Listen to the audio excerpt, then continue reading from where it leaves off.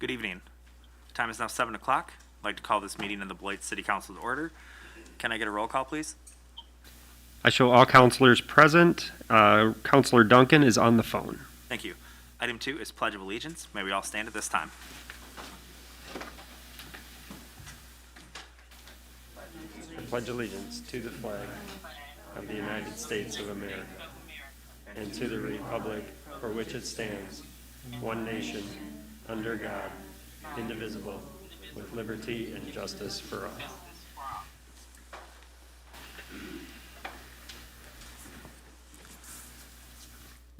Item 3 is special orders of the day and announcements. There are none. Item 4 is public hearings. Item 4A, consideration of resolution 2022-009 regarding the vacation of a portion of Prospect Street in the city of Beloit, Rock County, Wisconsin. Plan Commission recommendation for approval, 4-1. We have Community Development Director Julie Christensen here. We've received a petition to vacate a portion of Prospect Street between Colby Street and the Wisconsin-Illinois border. This 36-foot wide right-of-way previously provided access to the rear driveways of Cub Foods and the long-closed Wheeler Bridge. The applicant is Batterman's on behalf of Welder Supply Company, who purchased the former Cubs Foods building and intends to reconfigure and expand the parking loading spaces into the vacated area. The petition and proposed plat of vacation are attached and included in your packet. If vacated, the western half of the street would automatically attach to the city's parkland, and then the other half would attach to their property. They are requesting that it be sold to Welder Supply for their expansion. They also submitted a certified survey map which should consolidate the parcels at 10, 20, and 30 Park Avenue and the vacated right-of-way into one 10.8 acre parcel. Plan Commission met on this item on January 19th, 2022. The commissioners and the applicant had a lengthy discussion about whether the city needed to retain any of that land at the southern end of Prospect Street in the event that the Wheeler Bridge in South Beloit is refurbished or replaced as a bike and pedestrian bridge. The majority of the commissioners agreed with the applicant that there's sufficient space to access and or replace the bridge on South Beloit's portion of the adjacent parkland, as you can see in the documents in the packet. And then following this discussion, Plan Commission voted 4-1 to recommend approval of this vacation. Commissioner Ramsden voted against the vacation. He just didn't agree with the vacation because he felt that that should be left and attached to the city's parkland. This is on your agenda for action tonight. Thank you. At this time, the public hearing is now open. Would anyone wishing to speak in favor or oppose this item, please come forward at this time. Second call. Third call. Public hearing is now closed. Can I have a motion to approve? Motion by Levy. Is there a second? Second. Second by Blakely. Any discussion? If not, all those in favor say aye. Aye. Any opposed? Motion carries. Item 4B, consideration of resolution 2022-038, authorizing a conditional use permit to allow community service use in a C1 office district for the property located at 246 West Grand Avenue. Plan Commission recommendation, 4-1. Community Development Director Julie Christensen will present this item too. Marilyn Sloniker, on behalf of Hope for All Community Center LLC, has applied for this conditional use permit to allow community service use in a C1 office district. This is the former location of the YWCA, which was most recently used as a daycare center. It was 2 different daycare centers in the last several years. The zoning ordinance states that community service uses in C1 are only allowed if reviewed and approved under the conditional use permit review procedures. The applicant's floor plan indicates that daycare uses will be provided in this community center. And although daycares are permitted by right in the C1 district, the applicant will need a license from Wisconsin Department of Children and Families to operate a daycare center on site. That's a state requirement. So basically what they said is that if kids are left without their parents, they need to have a daycare license. Plan Commission reviewed this item on February 9th and voted 4-1 to recommend approval of the conditional use permit subject to the 6 conditions included in the resolution, which is in your packet. Chairperson Whedon voted against the conditional use permit because he was concerned about the possibility of noise or other negative impacts from large special events that could be held at the center. The conditions included in your resolution before you tonight are that before occupancy, the applicant shall obtain all life safety inspections required by code, which shall establish building capacity. Because this is a change in use, that is required, change in use from what it was before. The applicant shall obtain an off-site parking agreement with property owners within 500 feet of the main entrance of the structure and provide a copy to staff if existing parking does not meet 30% capacity.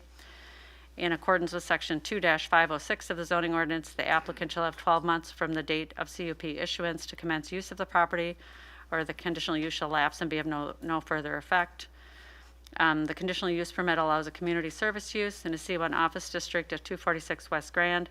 Uses shall be of a public, nonprofit, or charitable nature, and therefore no registration or rental fee, tuition, or membership fee may be charged unless the community center is operated by a qualified nonprofit or charitable organization, and the fees are used to support the operation. The applicant shall obtain a child care center license from the Wisconsin Department of Children and Families prior to providing any care for children whose parents or guardians are not present. And then the standard condition of major changes coming back through this public process, the Plan Commission and Council, and minor changes being able to be approved administratively by staff. This is on your agenda for action tonight. Thank you.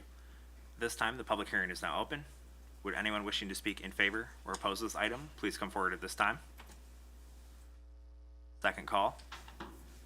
Third call. Public hearing is now closed. Can I have a motion to approve? I so move. Motion by Forbeck, second by Keys. Any discussion? I just have a comment. Yes, go ahead. This is Counselor Duncan. Just wanted to add that I'm glad that there's going to be a daycare center in there, but just wanting to, if Julie, and I think I asked this earlier, that the neighbors were notified. If she could just clarify that. All the property owners within 150 feet of 246 West Grand were notified. They would have received a mailed notice. Wonderful, thank you.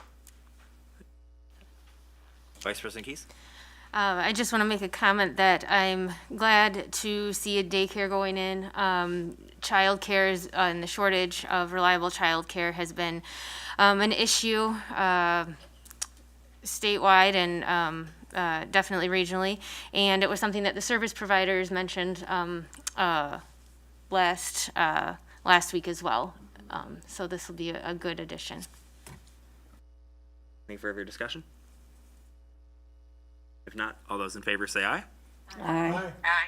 Any opposed? Motion carries. The next item is item 5, public comment. We've reached a point of the agenda where members of the public may speak to council about items that may come before us in the future. Council may not act on any specific requests, but may refer you to a staff member if needed. We ask that you keep your comments to 3 minutes or less and refrain from any personal attacks on staff or council. We ask that you complete a speaker form, but it's not required. Eric, did we receive any written comment? We have one written comment, Austin Montgomery.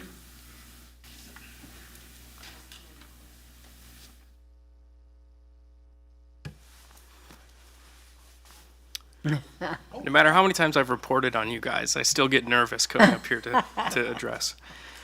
Councilors, I came to Beloit as a visitor without the expectation to stay as long as I did at the Beloit Daily News. During my 5 years at the newspaper, I've seen the absolute best and the absolute worst this community has to offer.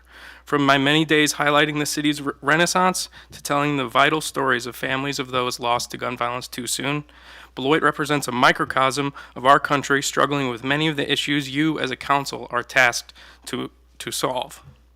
I want to thank you for your transparency, regardless of the issue, and the cooperation you've given me at my time at the newspaper. So I stand before you tonight to let you know that I won't be bugging any of you any further, since my last day is on Thursday, so you can rest easy. I leave you with this one request.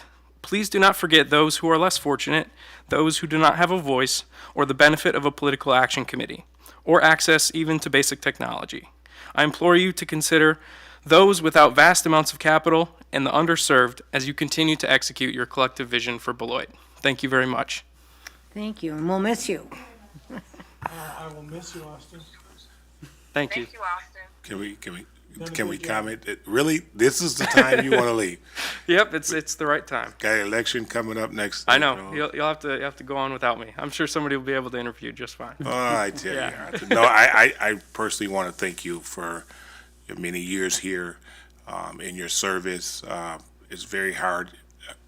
Even though I'm up for re-election, I'm gonna say it anyway. It's very hard to always find reporters that are objective, listen to both sides, and present the story very well with both sides. And I appreciate that about you, that you weren't afraid to ask the tough questions, but you never put junk out. You always presented both sides, and I was very pleased to see that. So I'm definitely going to miss working with you. Good luck in your future endeavors, but who knows, maybe one day you'll be back, huh? Who knows? Thank you. Thank you, Austin. Thanks You've for been a everything. very fair-minded reporter. You all. The next item is item 6, consent agenda. All items listed under the consent agenda are considered routine and will be enacted by one motion. We still have public comment, Eric. I'm sorry. I know you're excited. I thought you gave me the nod. Sorry about that. Nope. Would anyone else wish to speak tonight? Second call. Third call. Public comment is now closed. Now item 6. See, I was a mind reader. Yes. Okay, now consent agenda. All items listed under consent agenda are considered routine and will be enacted by one motion. There will be no separate discussion of these items unless a council member so requests, in which event the item will be removed from the general order of business and considered at this point on the agenda. Would a council member like anything removed from the consent agenda? Yes, I would. This is We'll start with Councilor Forback. I would like 6G, 6H, and 6, whatever that is, J, I guess. I don't have my glasses on. I, 6I removed, please. 6G, H, and I have been removed from consent agenda. Would anyone else like anything else removed from consent agenda? If not, the consent agenda consists of items 6A through 6F and 6J and K. Can I have a motion to approve? So moved. Motion by Preschel, second by Levy. Any discussion? If not, all those in favor say aye. Aye. Aye. aye. Any opposed? Motion carries.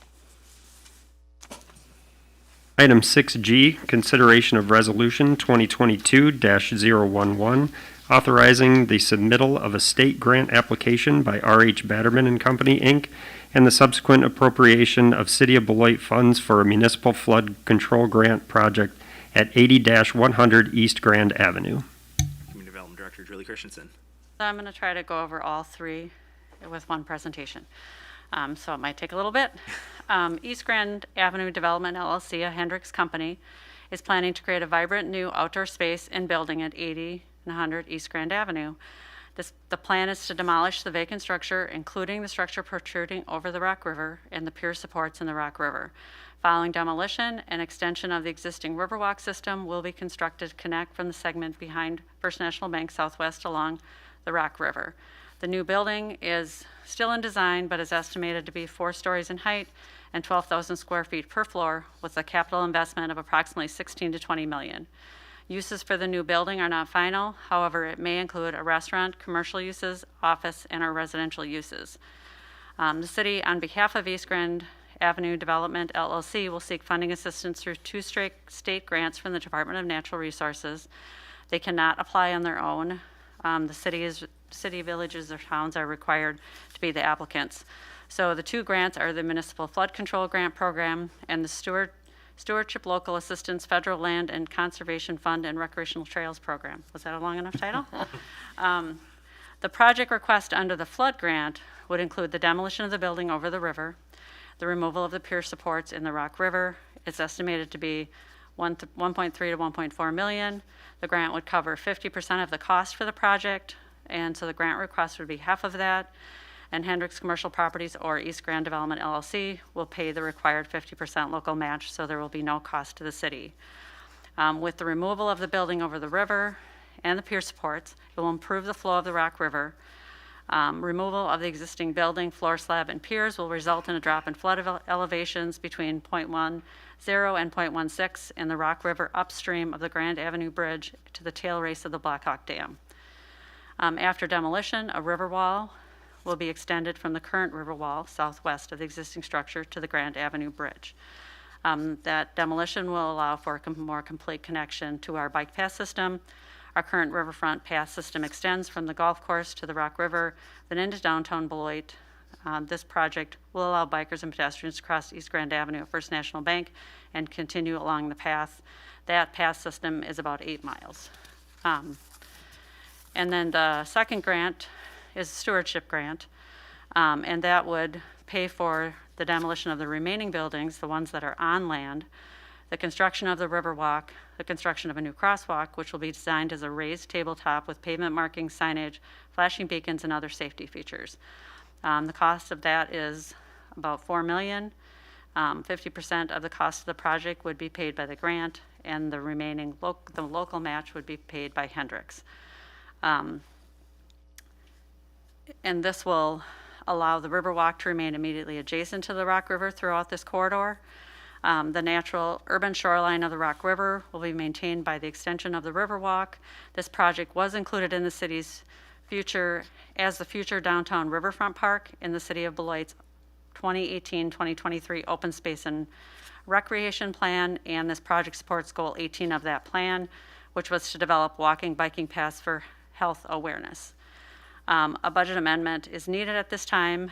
They require it to be in our CIP budget before you submit. So this resolution also includes an amendment to the CIP itself.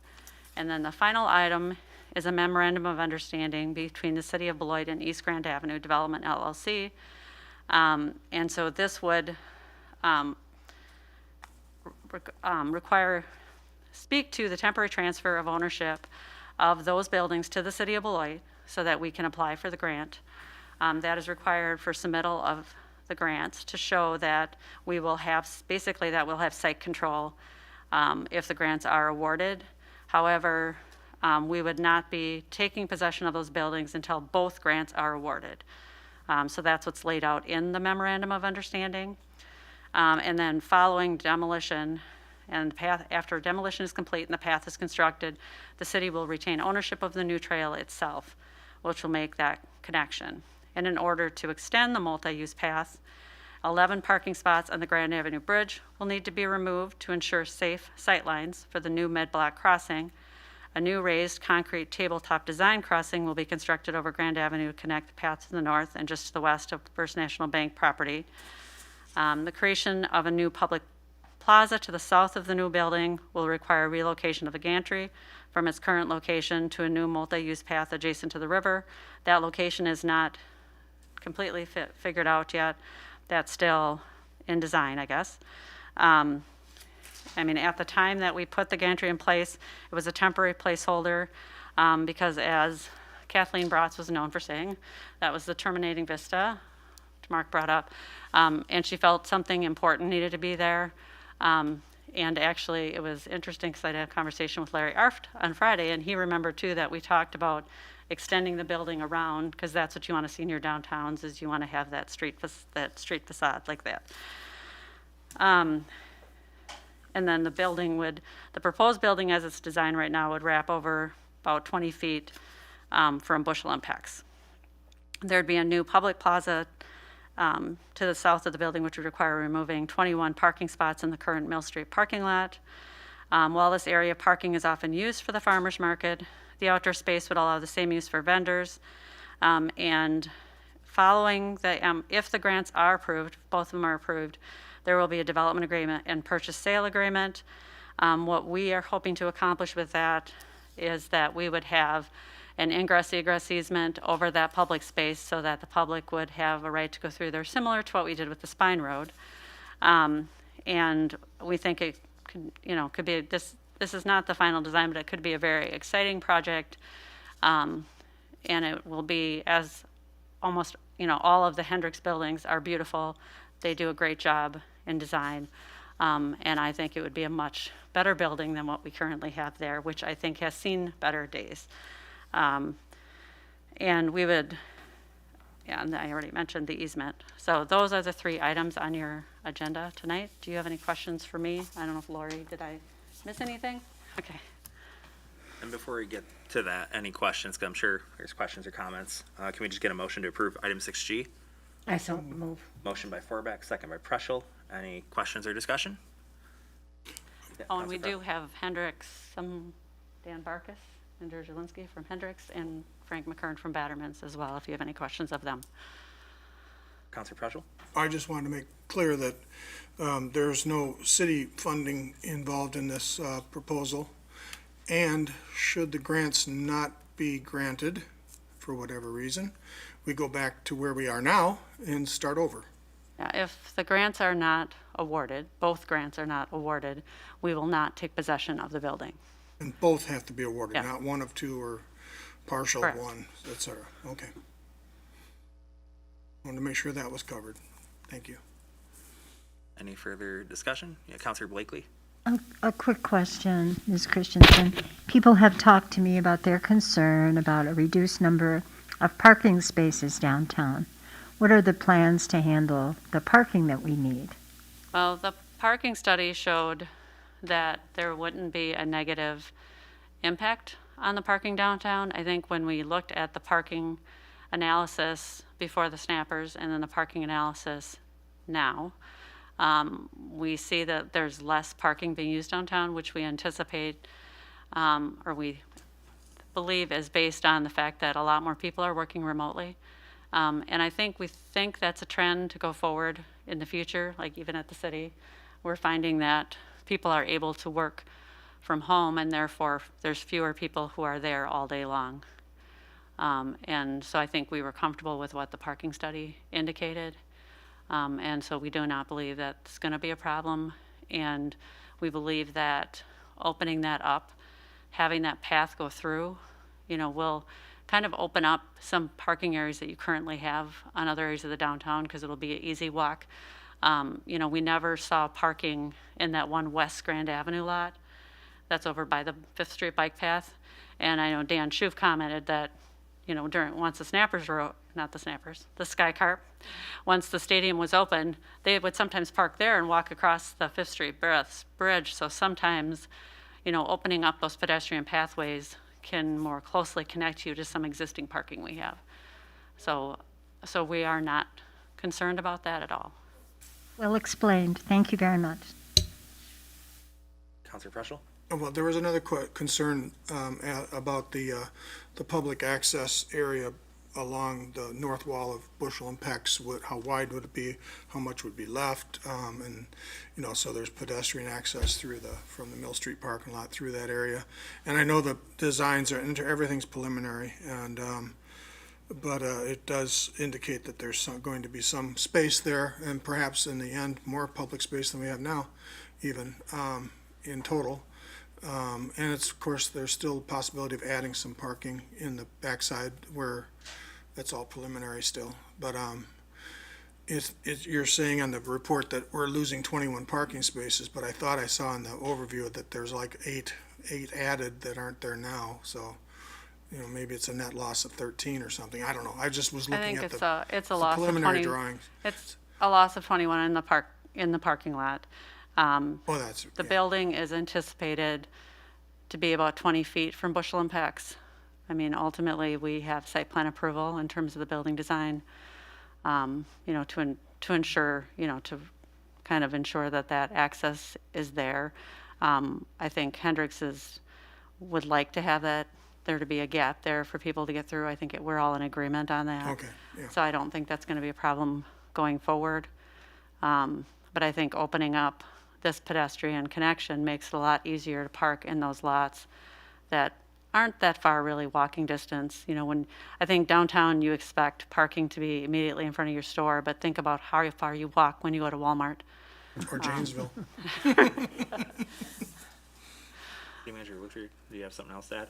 I was just going to ask if it was possible to place that site plan design back on the screen so we can see the pedestrian walkway that is anticipated to go through.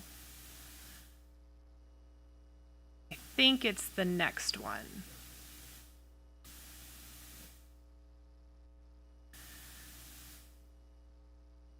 Okay, I apologize. It's in your packet, but it is It is in one of the illustrations in your packet, but I did not send that over. It's in the stewardship application, I think is what you're talking about, the one with the yellow. Is that Yes. what you're looking for? In, what would it This be? is- In This is Counselor 6H. Duncan. Yes, go ahead. Okay, I wanted to go back to that previous item.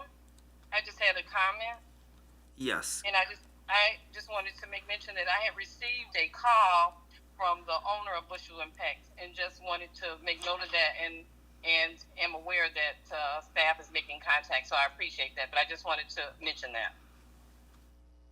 Yes, thank you. You got it now. Any further comments or discussion? So that light gray hatching shows where the gap is at the corner that Lori was talking about, that gives the public access. Counselor Forbeck? Well, my comment is, my goodness, I mean, we've had this problem sitting in front of us for a long time now.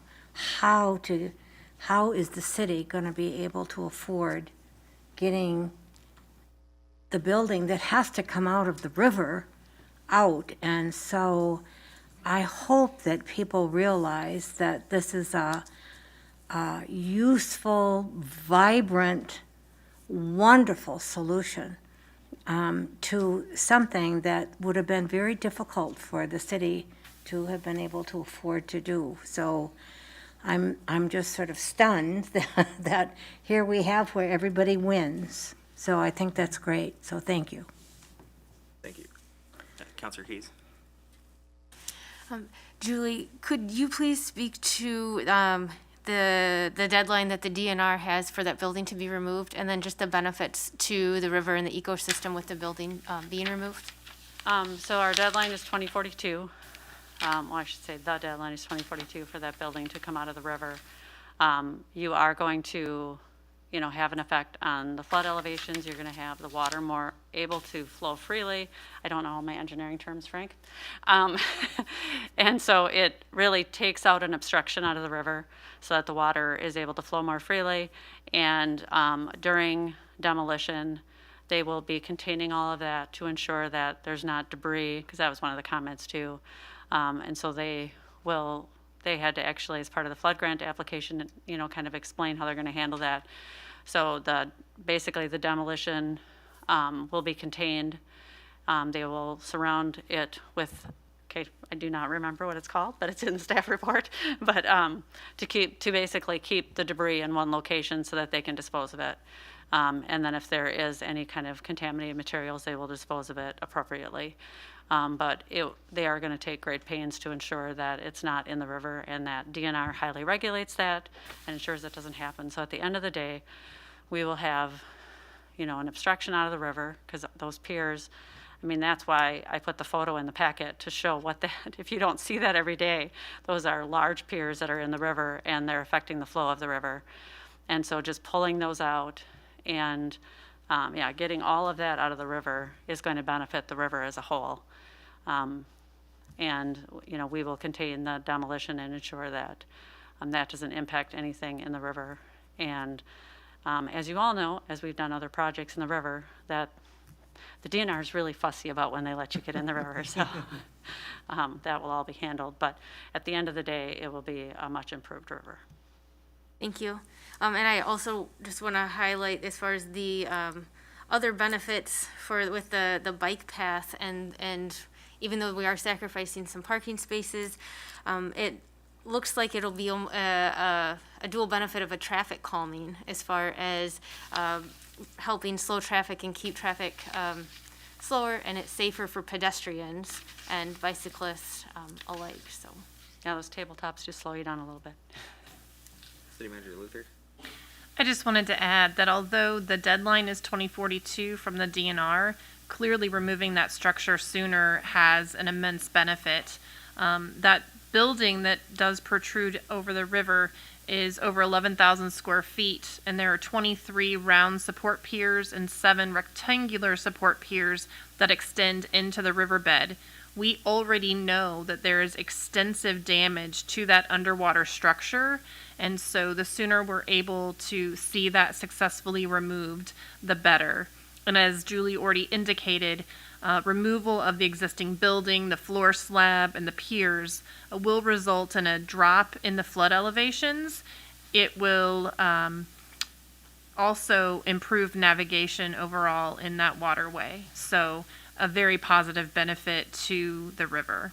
Thank you. And the DNR will require, if the grant is approved, that there be either a deed restriction over it, that nothing can ever be built over the river again, or there's a chance that the state would take it back.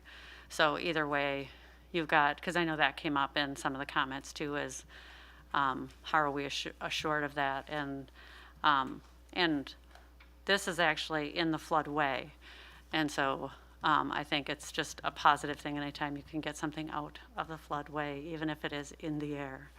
I think that's just a benefit to the overall Rock River. So. Thank you. I know Councilor Duncan had something she'd like to add. Yeah, this is in reference to the three items I know that Julie's going to get through. But if at the end of the report, it says, if awarded, the local share of the grant will be provided by Hendricks Commercial Properties. So I just wanted to make note of that. Yes, thank you, Councilor Duncan. On up. Okay. Did you hang up on her? Yeah. I'll get her back on the phone. Yes, Councilor Preschel? Oh, go ahead. Oh, well, I was just going to say, I think this is a great partnership, and this is going to be a benefit to the city environmentally. It's also going to provide something amazing to downtown, or downtown's already amazing, but just another bonus piece of the city of Beloit, so this is very exciting. Councilor Preschel, did you have anything else to add? We were talking about flooding and stuff, and I actually have photos in case you want to use it in your applications, but we came within an inch or two of flooding, major flooding in downtown Beloit in 2008, in June of 2008. If that flood had pushed up any higher, and we're talking an inch or less, it would have dammed up behind the Grand Avenue Bridge, and it would have gone off the banks into where Ironworks sits now. And it would have been a real disaster. And it was a slow motion thing to watch, and you're just wondering every day. And it was this much. So when you look at these numbers of 0.16 or 0.21 or something on here of flood reduction, that could have made the difference in 2008 if we just had another inch higher rise in the river level. So it can happen. It did happen, and this is a really justifiable reason for doing something, is the flood relief, and it was very real. Yeah, and we've done a number of projects since that flood. We raised Sherlin Avenue, got some grant funds to do that, replaced some of the seawalls, and to kind of shore up the river. And I think replacing the seawall is also, a river wall is also very important. That would get done as part of this project. When all the riprap from here up because of the erosion. But yeah, it's a real thing. So wasn't that long ago. Thank you, Councilor Preschel. Any further comments or discussion? If not, all those in favor say aye. Aye. Any opposed? Motion carries. Item 6H, consideration of resolution 2022-1012, authorizing the submittal of a state outdoor recreation grant application by R.H. Batterman and Company, Inc. for the project at 80-100 East Grand Avenue. We already had a pretty long presentation, so motion by Levy. Is there a second? Second. Second by Forbeck. Any further discussion? Not. All those in favor say aye. Aye. Aye. Any opposed? Motion carries. Item 6I, consideration of resolution 2022-013, authorizing the city manager to enter into a memorandum of understanding to allow for the submittal of grant applications for the development of a riverside trail. Is there a motion to approve? That's a move. Motion by Forbeck. Is there a second? Second by Preschel. Any discussion? Councilor Preschel? I was just wondering if Lori wanted to talk about the memorandum of understanding, just to summarize it again for one more time to make it, simple and clear what we're agreeing to here. Well, I'm certainly happy to if you want me to. Julie did a great job of explaining kind of all of the premise. But ultimately, this document is needed to demonstrate to the state that the city is willing, upon receipt of these grants, to take possession of the noted land areas and the perpetual pathway, and that we would maintain that pathway in the future. So this makes it clear that the city council is authorizing that future activity should both of these grants be received, and we would finalize the details in a future agreement, but this is sufficient to demonstrate to the state our intention moving forward. Thank you. Thank you. Any further discussion? If not, all those in favor say aye. Aye. Aye. Any opposed? Motion carries. Next item is item 7, licenses. Item 7A, consideration of resolution 2022-046 for a resolution approving a new Class B beer license and Class B intoxicating liquor license for Chatty Shack, 1611 Hackett Street. Josie L. Smith, agent, ABLCC. Recommendation for approval was 4-0. Can I have a motion to approve? Motion by Vice President Keys. Is there a second? Second. Second by Duncan. Any discussion? I just want to comment how, I said the same thing at the Plan Commission meeting, or the ABLIC meeting, that I'm really happy to see somebody with some experience and some knowledge of what they're doing going in there. This is always a tough one for us, and we're having a very successful golf course the last couple of years. I'd like to see it continue, and this is integral to making that happen. So thank you very much for doing this, and I wish you great success. I'll be over for a hamburger. Any further discussion? If not, all those in favor say aye. Aye. Aye. Any opposed? Motion carries. Item 8 is ordinances. Item 8A, ordinance number 3741, amending the zoning district map of the city of Beloit from C3 Community Commercial District to M1 Limited Manufacturing District for the property at 10 and 30 Park Avenue, and from PLI Public Lands and Institutions District to M1 District for the proposed to be vacated western half of Prospect Street. Plan Commission recommended approval 4-1. Since this is second reading, we'll forego the presentation unless specifically requested by a council member. So do we have a motion to approve? I so move. Motion by Blakely. Is there a second? Second. Second by Forbeck. Any discussion? If not, all those in favor say aye. Aye. Any opposed? Motion carries. The next item is item 9, appointments. The individuals named below have been nominated for a seat on the city board, committee, or commission. Each nomination is subject to confirmation by the city council. Approval of appointments will be accomplished by one motion unless a council member requests to take up a nomination separately, in which event the nomination will be removed from the general order of business and considered at this point on the agenda. Do I have a motion to approve? Motion by Keys, second by Levy. Any discussion? I just want to thank the people who have come forward to fill these positions. They're very much needed, and the city is grateful. Thank you. Any further discussion? If not, all those in favor say aye. Aye. Any opposed? Motion carries. The next item is item 10, council activities and upcoming events. Start with Vice President Keys. We have thank you, Yep. President Anderson. With the Parks and Recs Conservation Advisory Commission, I just want to highlight that we have handful of new commissioners that I'm very excited about that have a variety of interests and strengths. And I look forward to seeing their joint efforts with the city and success. Just mentioning the Sustainability Forum and the DNR, who commented on some ideas on how the community can partner with the city, and some of those members are right in step with some of those ideas that the DNR brought forward. So I look forward to appreciating that throughout the rest of my time on council, and then afterwards.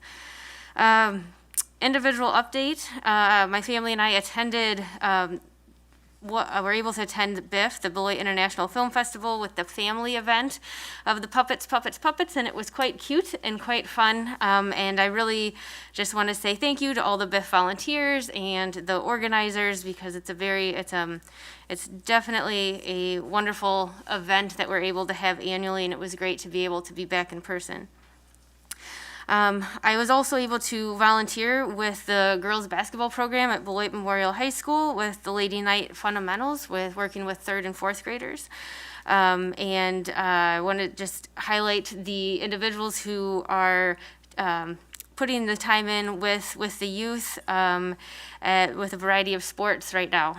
And I also will have the opportunity to start a mentorship with a mentorship program with the school district of Beloit, and want to encourage individuals across the city to consider to volunteer with the school district and look at opportunities to reading with our youth, and as well as mentorship. And that will end my report. Thank you. Counselor Levy? Counselor Blakely? Thank you, Mr. President. As Councilor Keyes said, BIFF was a huge success. So thanks to Executive Director Greg Gerard and the staff and the many volunteers who pitched in to help bring in filmmakers from around the country and give us so much entertainment for 10 full days here in Beloit. I went to the last film that was shown at Visit Beloit Sunday night, and CEO Celestino Ruffini was there to welcome everyone. It proved to me what a great venue Visit Beloit is now. Second thing I wanted to mention is that Tuesday and Thursday evenings this week, the League of Women Voters will host candidate forums. On Tuesday night is the candidates for City Council, and school board candidates are on Thursday night. Both of the forums are on Zoom from 6:30 to 8:30, and you can get the Zoom link from the city website. Grinnell Hall Senior Center has several activities coming up for anyone age 50 and over. First, on Thursday, March 10th, they're partnering with Home Care Pharmacy to present CBD oils, the real story. The presenter is pharmacist Evan McNamara, and this informational meeting takes place at noon. It requires free registration, so they'll have enough pamphlets for everybody. So you can call Grinnell Hall at 608-364-2875. Secondly, they're holding Painting with Katie painting classes, on Monday, March 14th from 10 to noon. The cost is $20, but they supply everything you need. So be sure to pre-register with Grinnell for this one as well. And also, What the Tech with our own Mark Preschel takes place again on March 17th from 1 to 4. Mark may be saying more about this, but pre-register for a one-on-one appointment with our tech expert down the way there, and call soon because his classes are proved very popular. Finally, I just want to say that the city of Beloit and we individual citizens are holding the people of Ukraine in our thoughts and prayers. And also the people of Russia who are marching and protesting against the war started by their dictatorial president.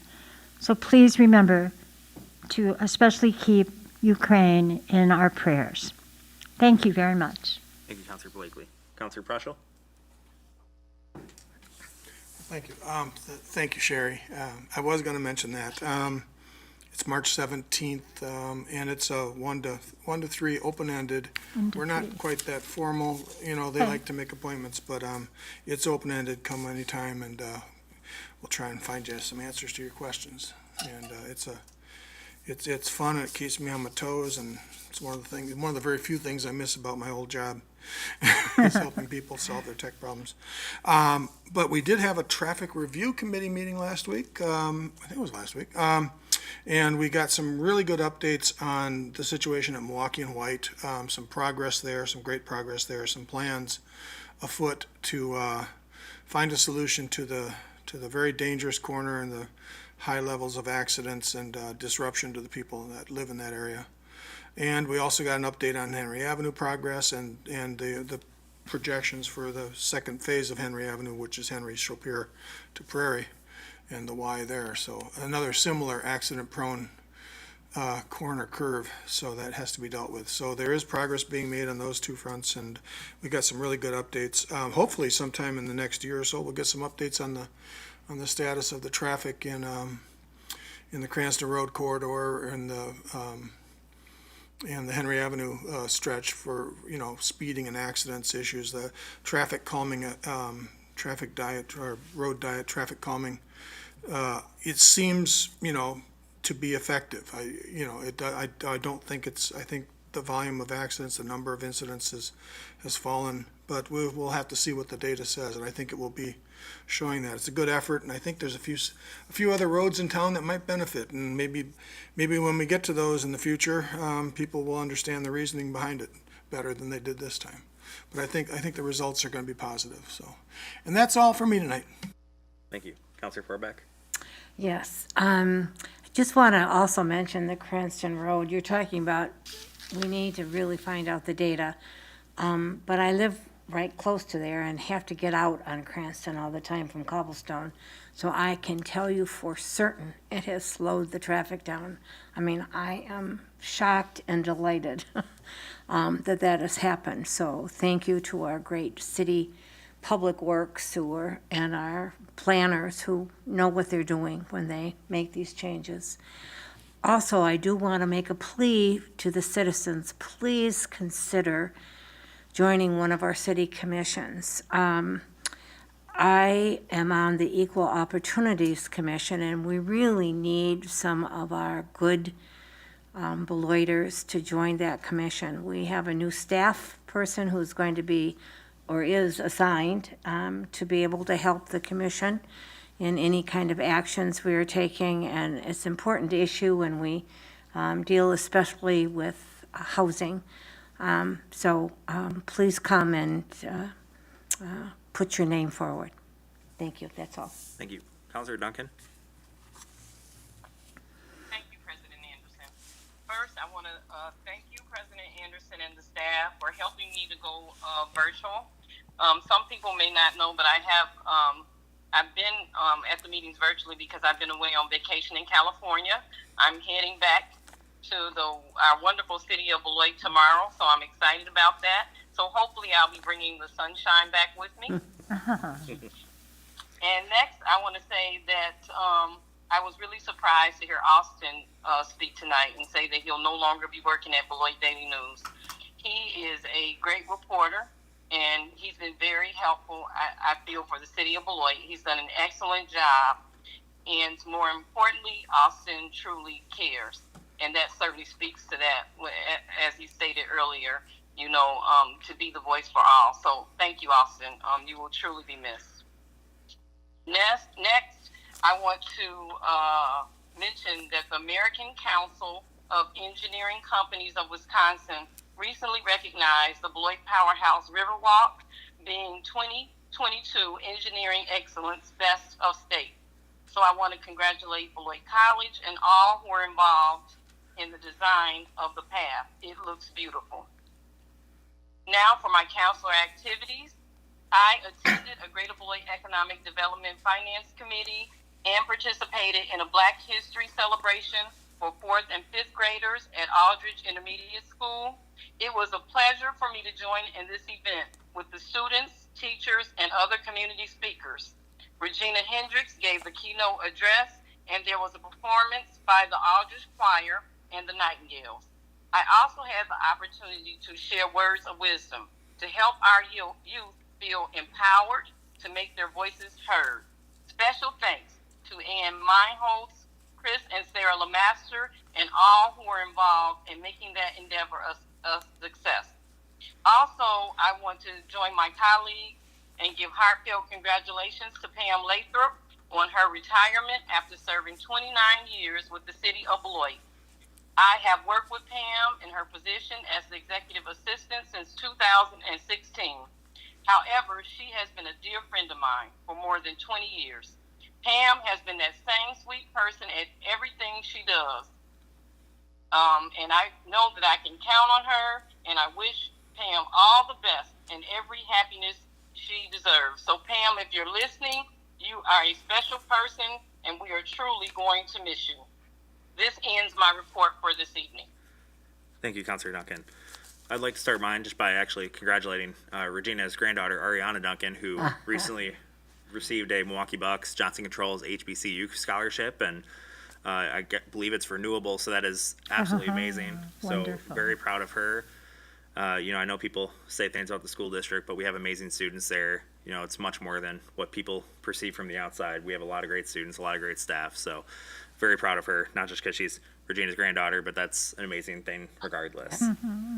And then lastly, I just want to thank you, Austin, for being here for so many years, and you picked a very fun meeting to be at for your last meeting in the city council. Obviously, you miss us so much that you want to spend several hours with us. But congratulations on being here. You've been here pretty much the whole time I've been on council, so you've obviously been covering us for several years, but good luck on your next adventure, and, like Councilor Levy said, maybe you'll be back. Yes. And that ends my report. The next item is item 11, City Manager's Presentation. Item 11A, Water Pollution Control Facility Improvements Project Update. We have Bill Frisbee here to present tonight.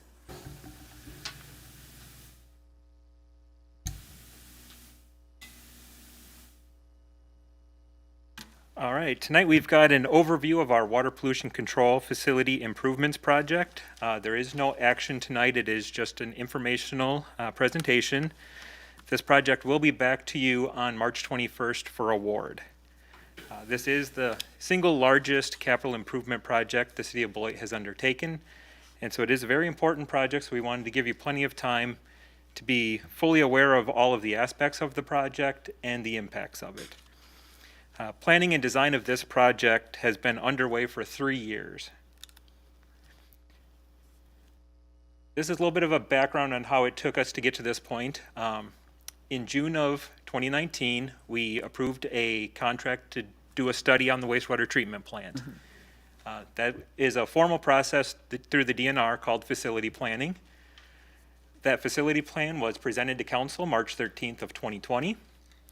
Design and construction for this project were approved in the CIP for 2021 and 2022. A design contract was brought before council on November 16th of 2020. Then in addition to the dates on here, it was also brought back to council September 7th of 2021 to apply for a Clean Water Fund loan.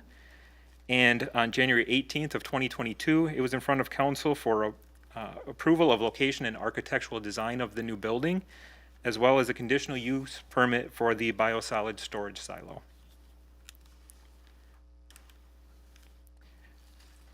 The major elements of this project include biosolids drying, UV disinfection, replacement of the blowers with high-speed turbo blowers, and then various other pieces of equipment, and we'll detail all these a little bit more.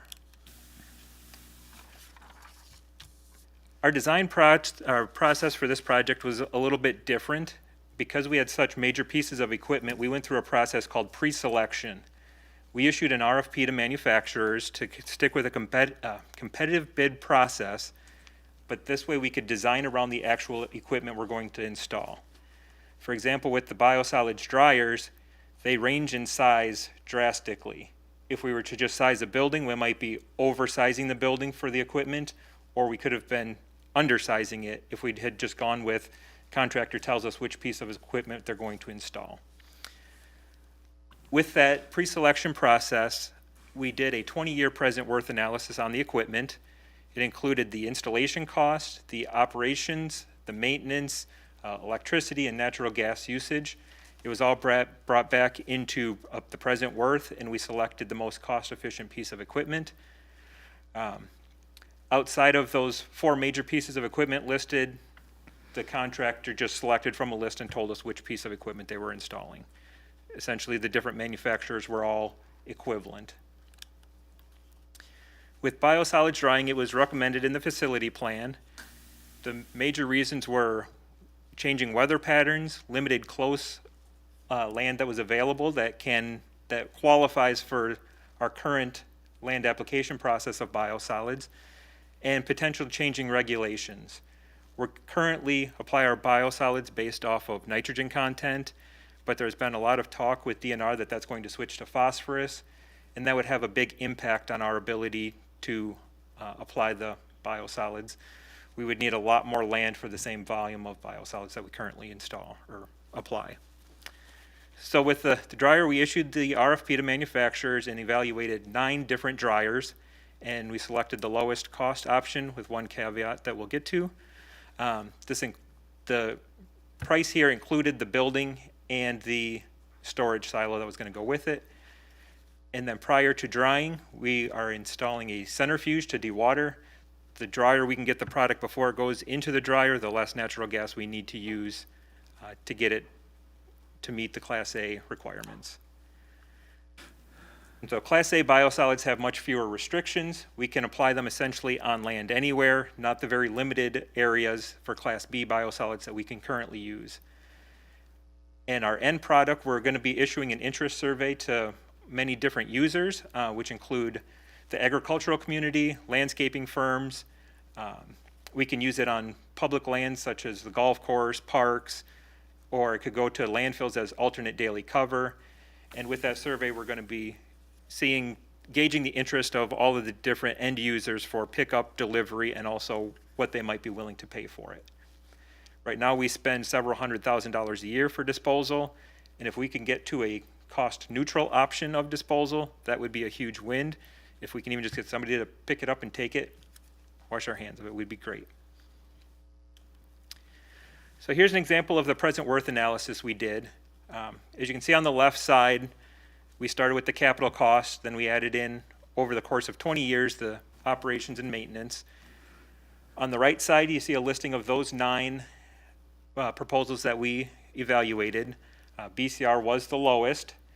We did not select BCR. It's a very small company. They've only had 1 installation since 2016, and we weren't comfortable with the future viability of the company to be there for support and maintenance parts. So we did select the Kruger belt dryer. Kruger is a subsidiary of Veolia, a very large international company who we know has a secure future, and they have had a lot of installations of very similar dryers.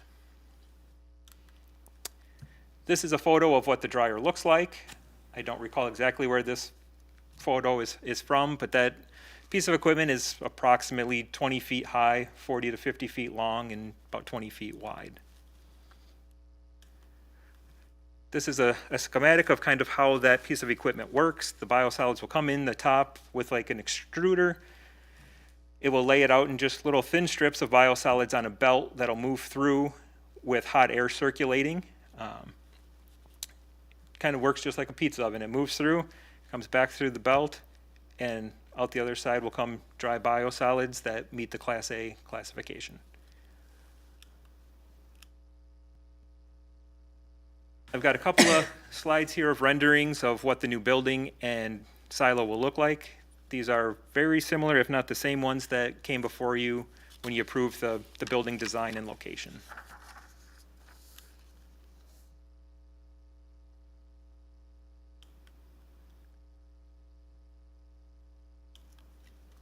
Next up was UV disinfection. It was recommended in the facility plan.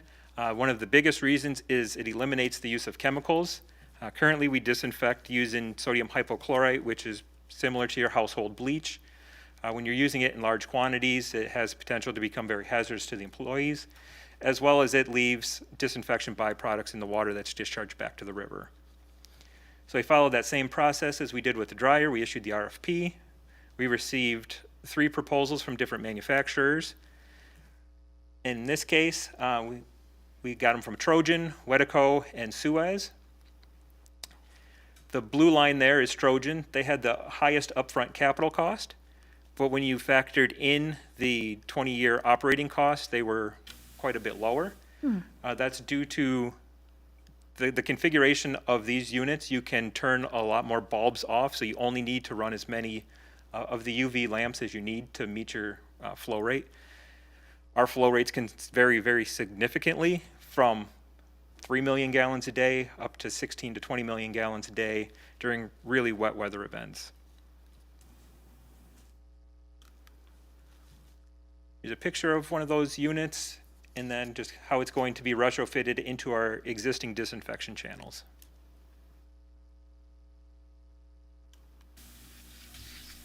Next up was the high-speed turbo blowers. Our current blowers are original to the plant, 30-plus years old. Hard to find parts for them, and these old blowers are very inefficient. As you can see there, 2 of our 5 blowers are dead in the water. We have one more that's currently also not functioning. We're just waiting for some parts to repair it. The new high-speed turbo blowers, much better technology. They're up to 40% more energy efficient. And the blowers are the biggest energy hog at the wastewater treatment plant. We spend close to $400,000 a year on electricity alone. So if we save 30 to 40% on the electricity cost, we're up to $100,000 a year in savings on electricity alone. They're also much more compact and significantly quieter, so it makes a better working environment for our employees. We issued the RFP again for high-speed turbo blowers. We got proposals back from 2 manufacturers, and we selected the lowest cost option. This is a photo of what they look like.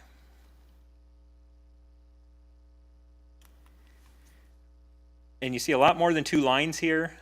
One of the manufacturers gave us proposals for several different options of their different sized blowers that they thought could work for our situation. And so we selected the lowest cost option, which would meet our demands.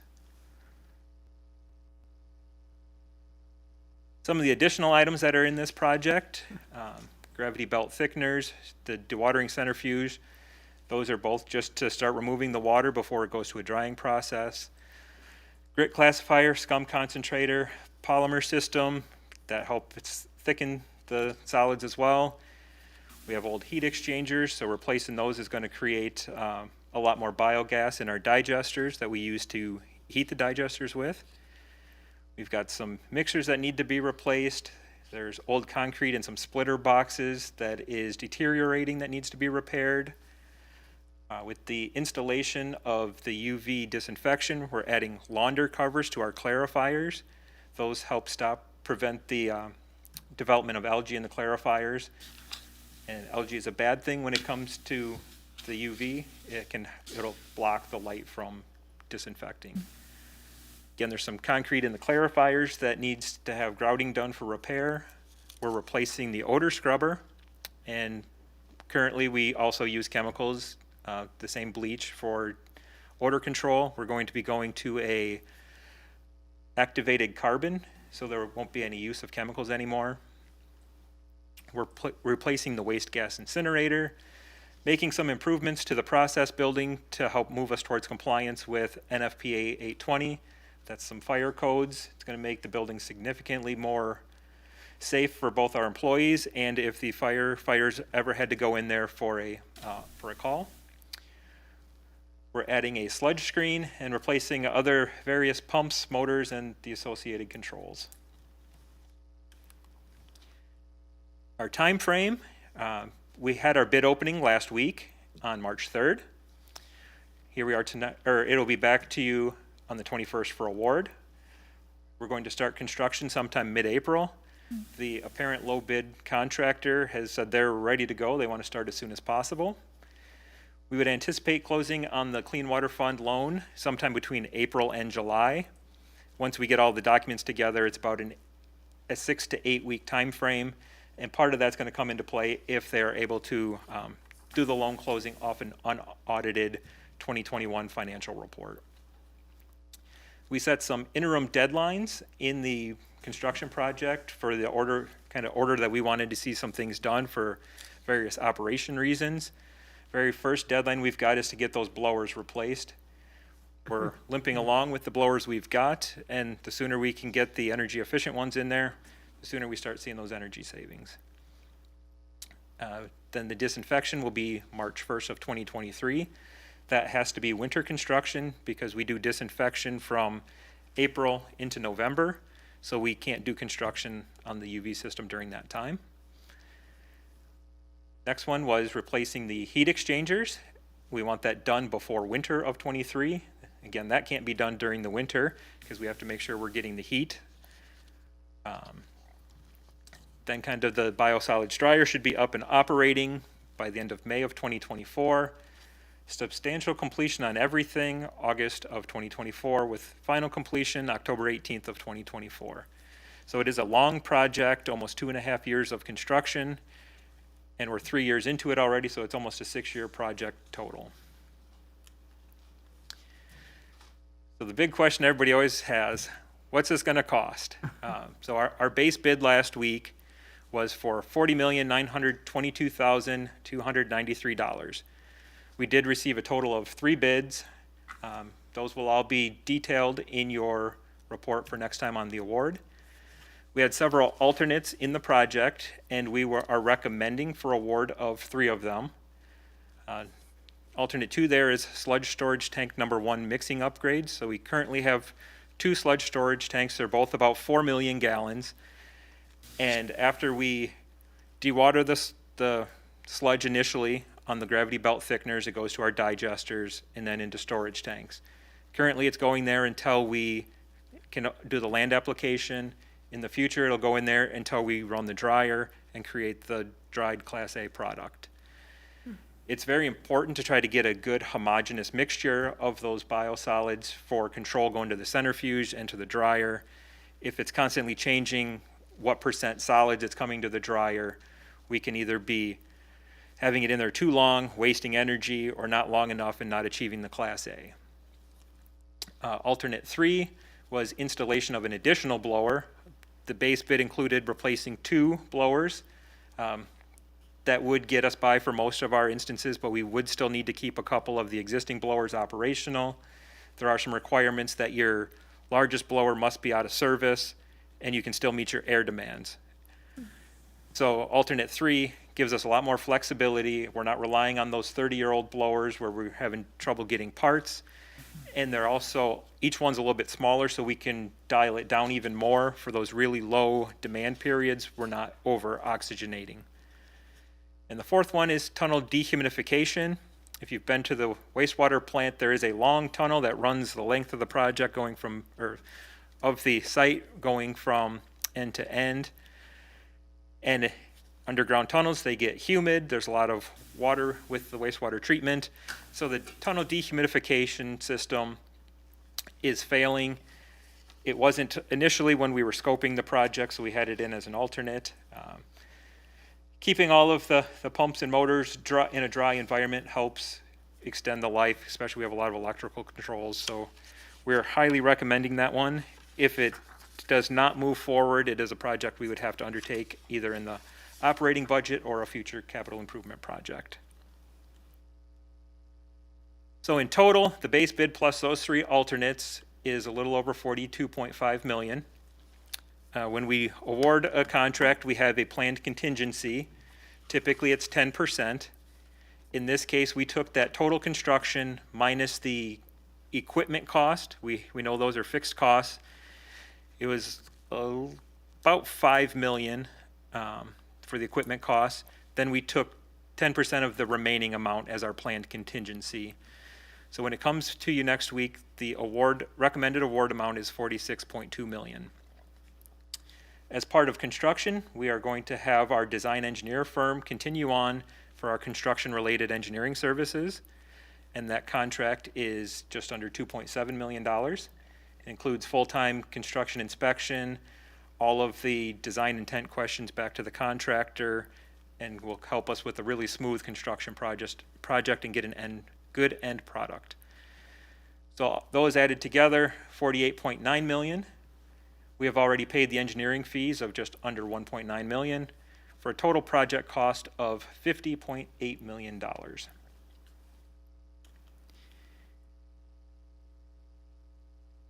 So the project amount to be funded is $48.9 million because we already paid the design fee.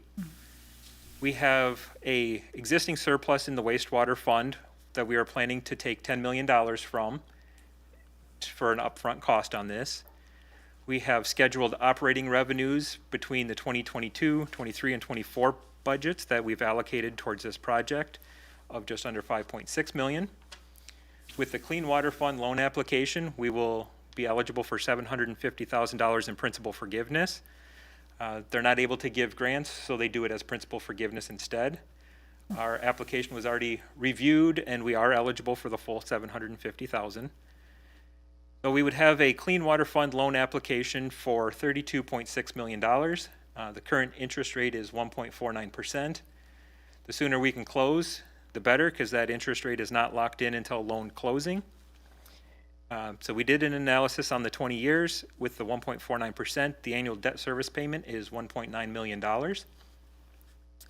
When this project was brought in front of council before, it was a recommended rate increase. This year we had a 4.5% increase to the wastewater fund, and it was recommended for 23 to also have a 4.5%, and for 2024 to have a 4%. Those rate increases would give us the operating revenue to cover this project. The impact to the average residential customer between their 2022 bill and 2024 would be $2.92 a month. And that's if they use 7 units of water. We've always used that as kind of our standard average. Many people use a lot less than this. There's a lot of people who only use 2 or 3 units of water a month, so their impact would be even less. Here's some of the sustainability elements that are involved with this project. Kind of talked through most of these already, but reduced chemicals, some significant electricity savings on the blower portion.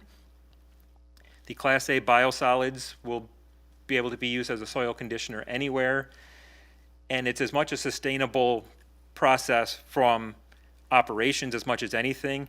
It puts the future of biosolids disposal back into our hands. We're not going to be as dependent on weather and land availability. If we stuck with Class B, we would most likely end up in a situation where we were renting farmland to keep it open throughout the summer so we would have enough time to do land application.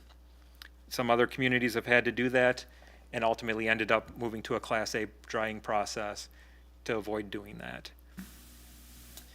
We had a study done for adding a solar array to the wastewater treatment plant in the future. We have installed some we're planning to install some conduits, and we sized the unit substation in the dryer building to accommodate a future solar array. We can size a solar array on the site large enough to offset the energy cost or energy usage of the dryer building. So that's something we're going to be doing some more research on. We are installing variable frequency drives. This changes the frequency of the electric current as it comes in, so you can control the speed of motors and pumps much better and more energy efficient. Replacing the heat exchangers, as I mentioned, we get better heating of the sludge, which gets volatile solid destruction, creates more biogas that we can burn in the boilers that heats our process building and also heats the digesters.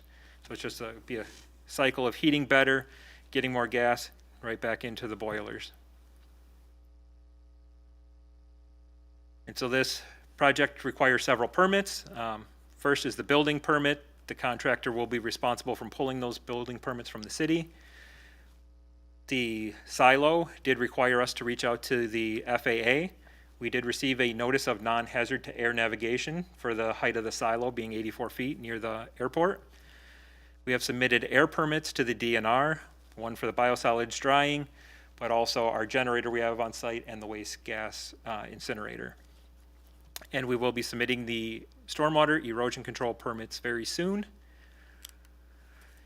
But this project isn't a one and done. There are future needs at the wastewater treatment plant and in the collection system. These will come forward just in future capital improvement requests when they are needed.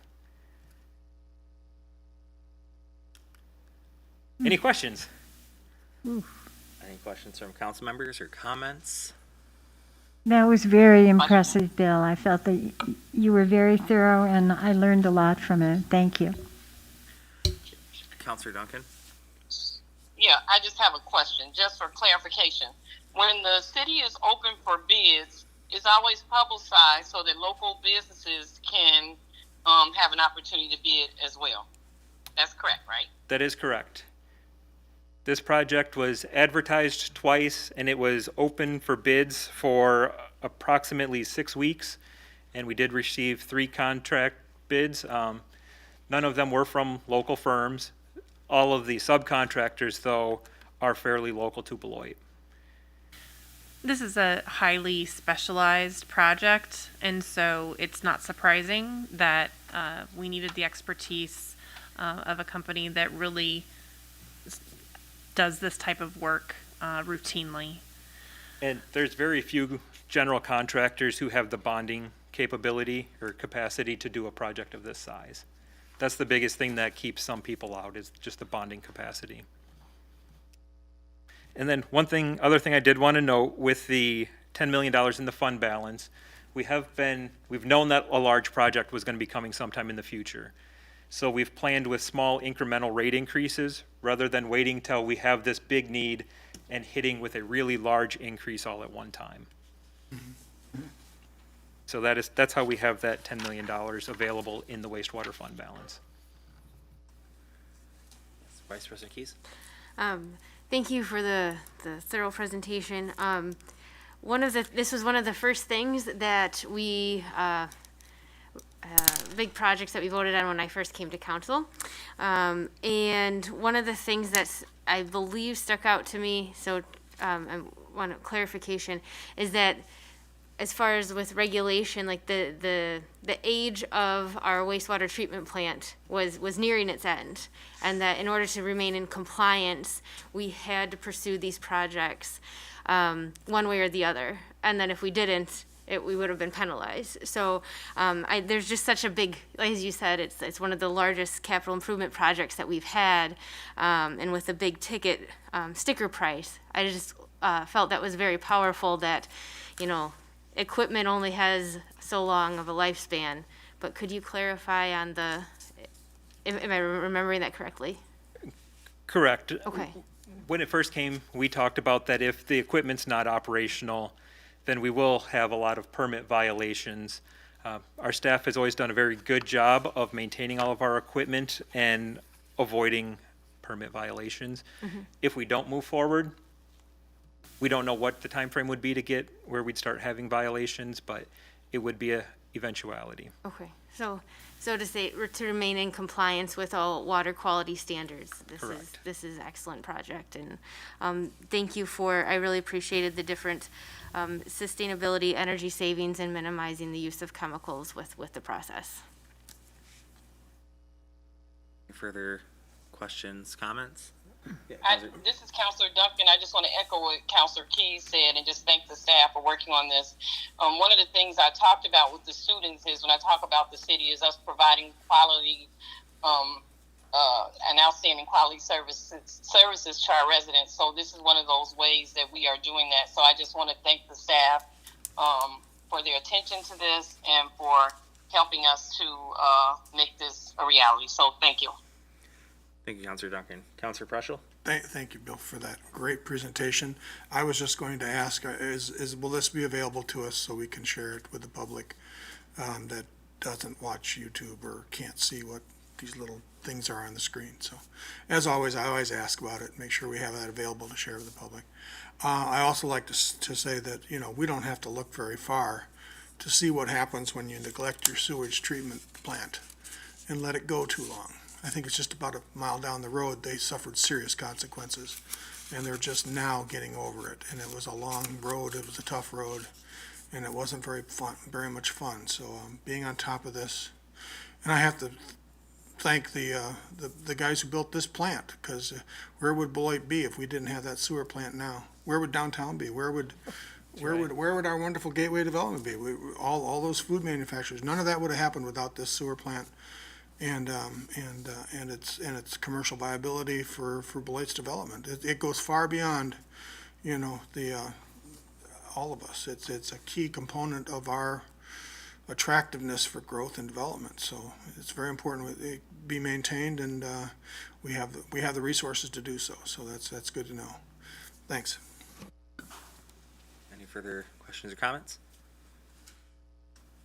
If not, Bill, thank you. I've learned more about wastewater than I ever expected to. Yep. It's definitely a great project, so thank you for all the things you're doing. Thanks, Bill. And we'll see you in 2 weeks. Okay. Thank you. Thanks. Thank you.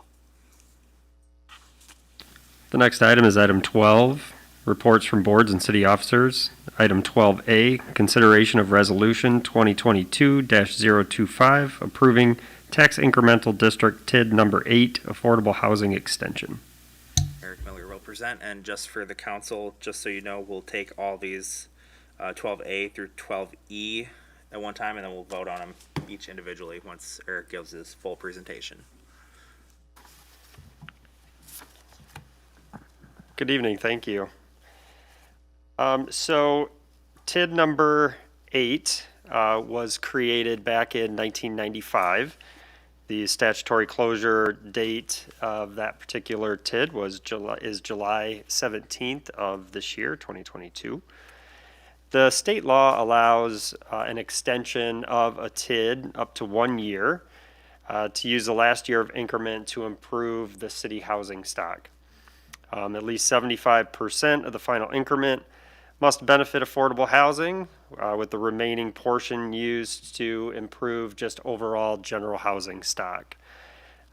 TID number 8 will use increment collected in 2023 to fund this program. The funds do not have to be spent within that particular TID. It can be used anywhere in the city. And there is no time frame. So there's a lot of flexibility when it comes to the TID extension statutes that allow us to take advantage of that. The final year of increment will be for housing. We're still closing the TID on its normal timeline, which would have normally been closed around the exact same time as that we are right now anyway. So we're really not extending it per se a year. We're just using that increment, that final year increment 1 year earlier than we normally would. So we're going to close that at its normal time frame. The TID will come onto the tax rolls for the 2023 tax roll and be impacting our 2024 budget. So that is TID number 8.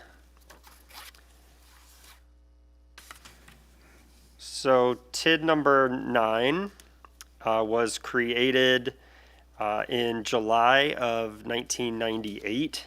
The closure date is July of 2025. Again, the law allows the extension for up to 1 year. Again, 75% of the increment must be used for affordable housing.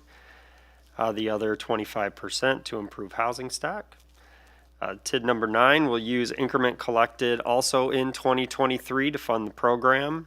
Again, they don't have to be used within the same district that those proceeds are coming from. It can be used anywhere. We will put TID number 9 back on the tax roll in 2023, so it would have an impact for the 2024 budget. Same as TID number 8. In this case, we would still actually be closing this TID 3 years earlier than originally anticipated.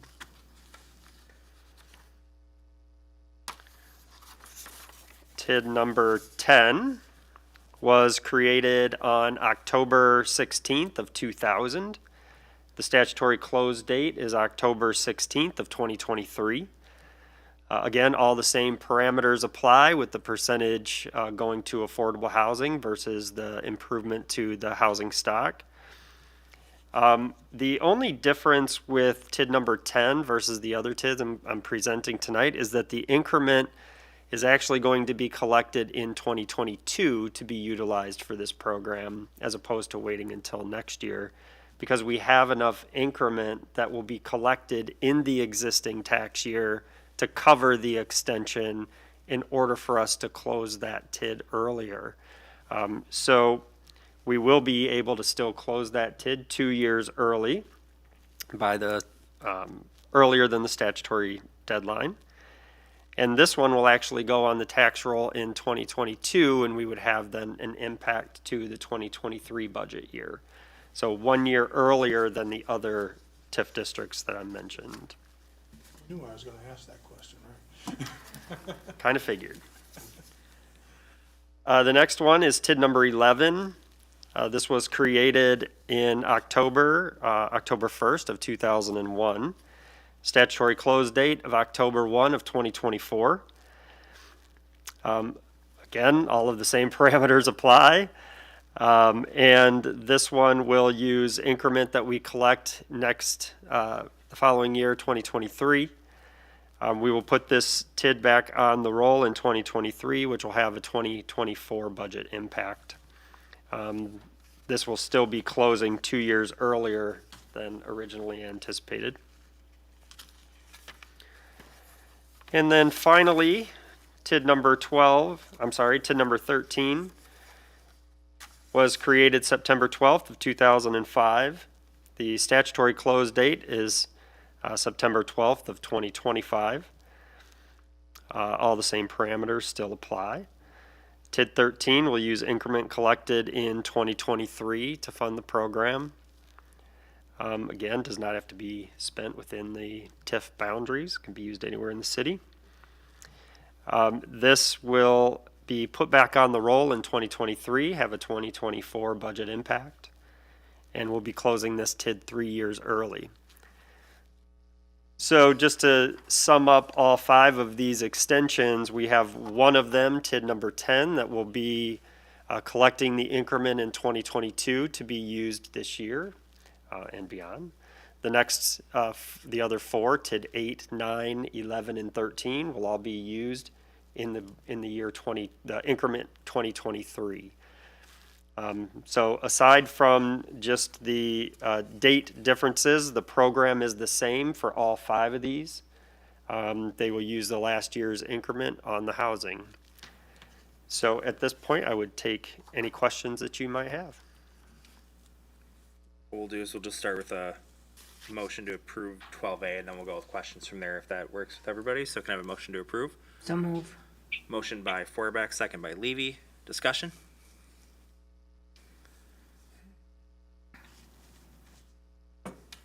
Eric, I just got a question, because I know it says 75% should be used for affordable housing, but do we have an example, like what projects have been done specifically with this in the past? Not with us specifically, but around the state? Yeah, there's many communities around the state have used this particular statutory extension. It's really become popular within the last 5 years or so. I think 10 years ago, you maybe had a handful of municipalities that took advantage of this. It's really become a popular event. It can be used for a multitude of different projects, from rehab loans, interest-free loans, deferred loans, for infill development, for multifamily, for single family, you name it. There's a lot of programs around the state with other municipalities that have implemented this same type of program.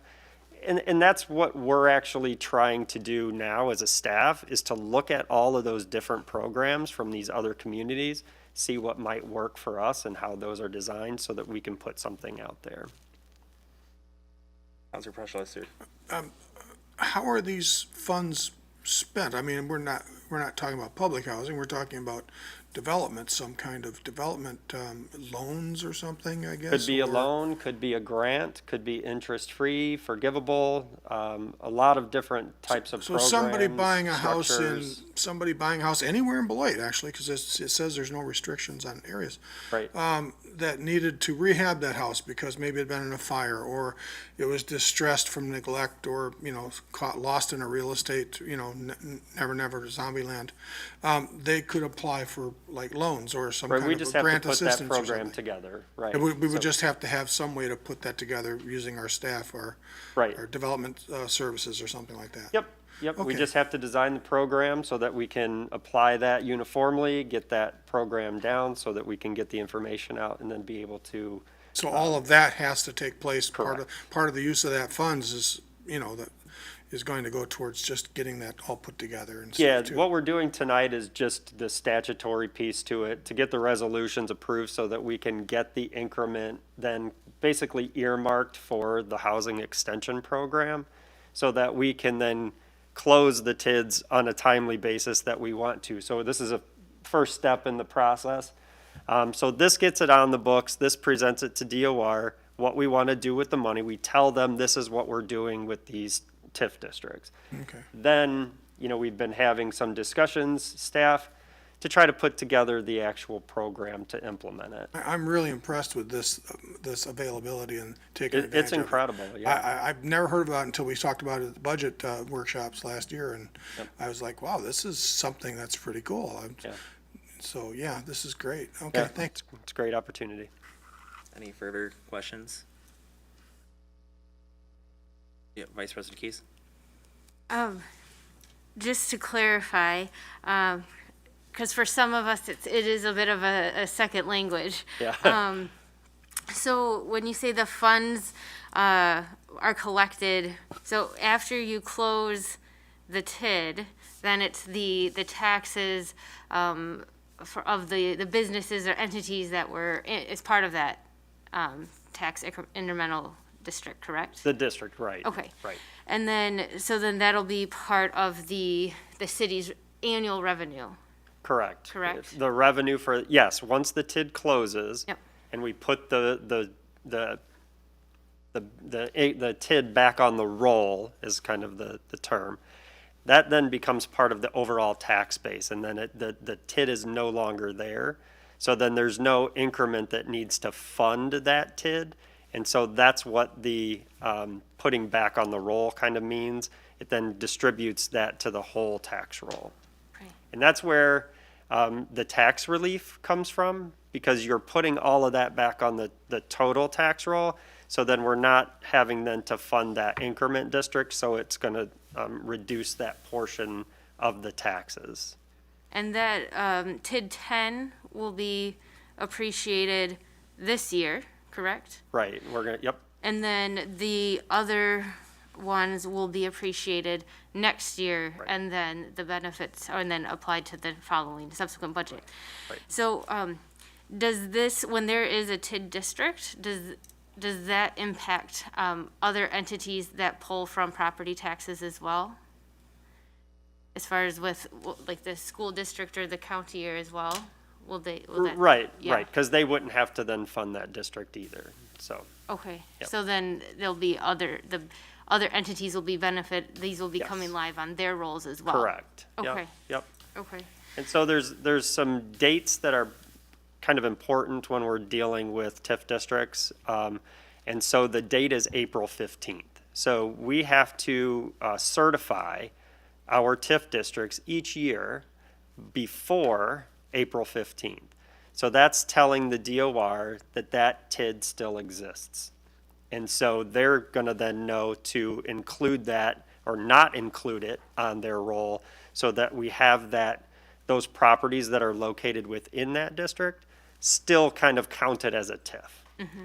And so if we are closing the district prior to that date, then the DOR doesn't certify it, and therefore it gets onto the roll. That's what we're doing with TID number 10.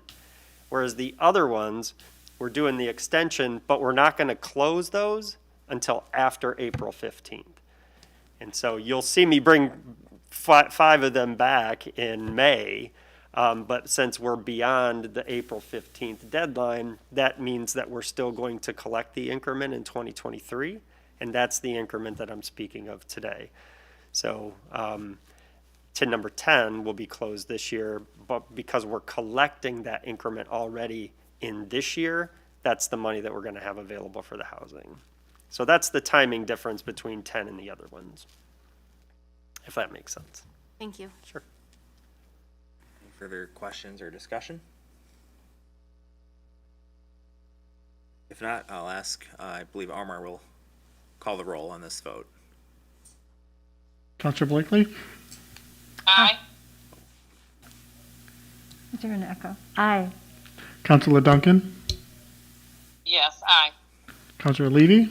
Aye. Counselor Preschel, Aye. Vice President Keys, Aye. President Anderson. Aye.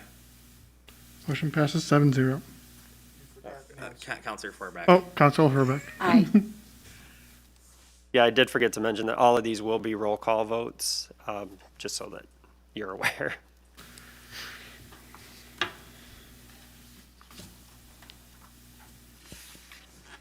So do we have to go through? Yep, No? next. Yep, we have to Okay. do each one. Next item, 12B.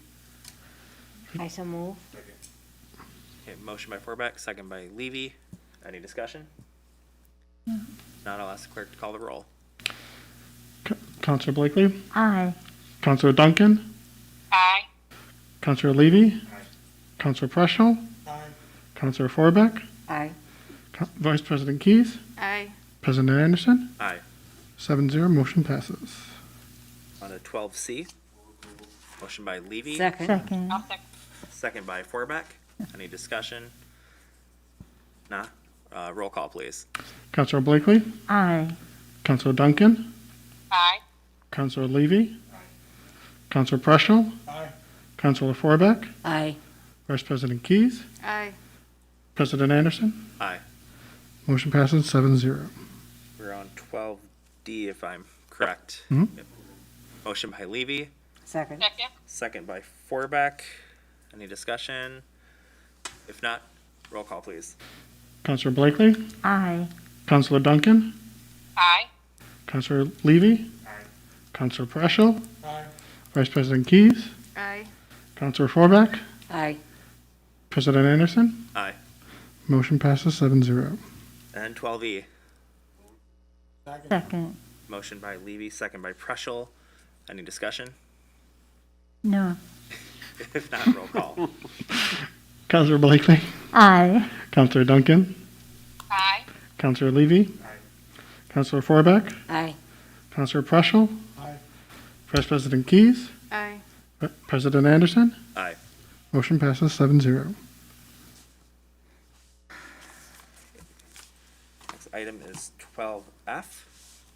Item 12F is consideration of Resolution 2022-34, authorizing the full redemption of $1.165 million Community Development Authority of the City of Beloit, Wisconsin Redevelopment Lease Revenue Bonds, Series 2011B, and City of Beloit, Wisconsin Municipal Revenue Obligation Series 2011B.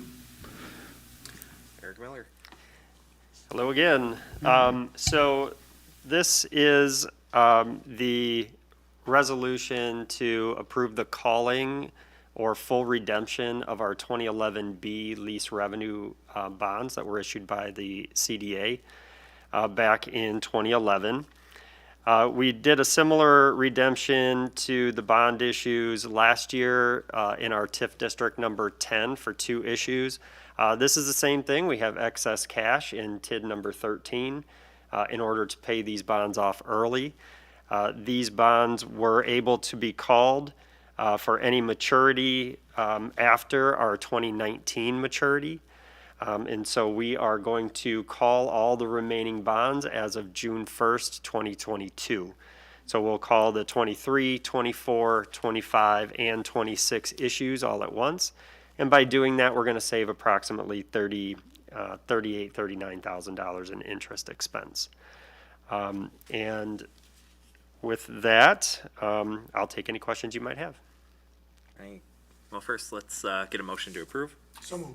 Second. Motion by Preschel, second by Vice President Keys. Any discussion? Counselor Preschel?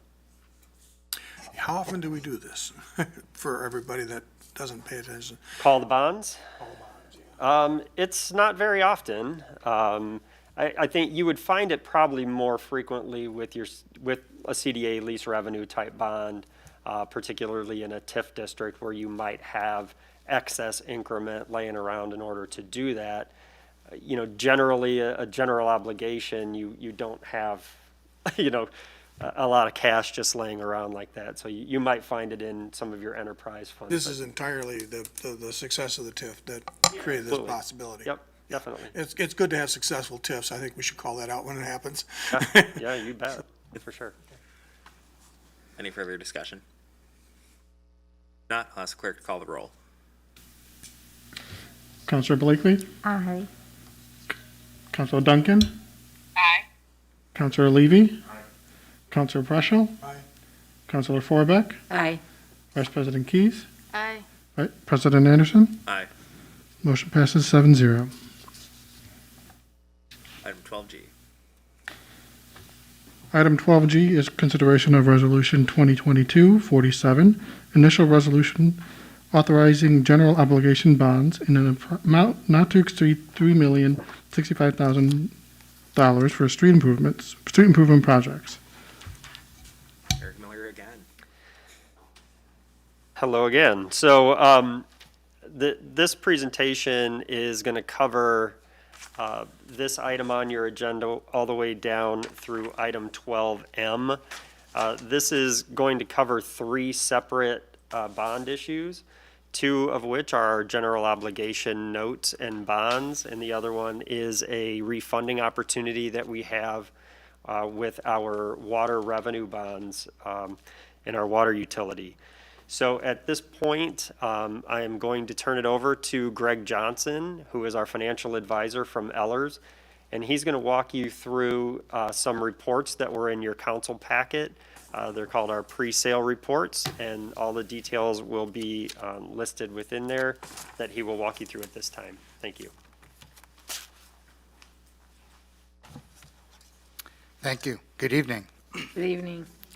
As was just mentioned, there's three separate financings that are on your agenda. So I'm going to speak first to the general obligation corporate purpose bonds.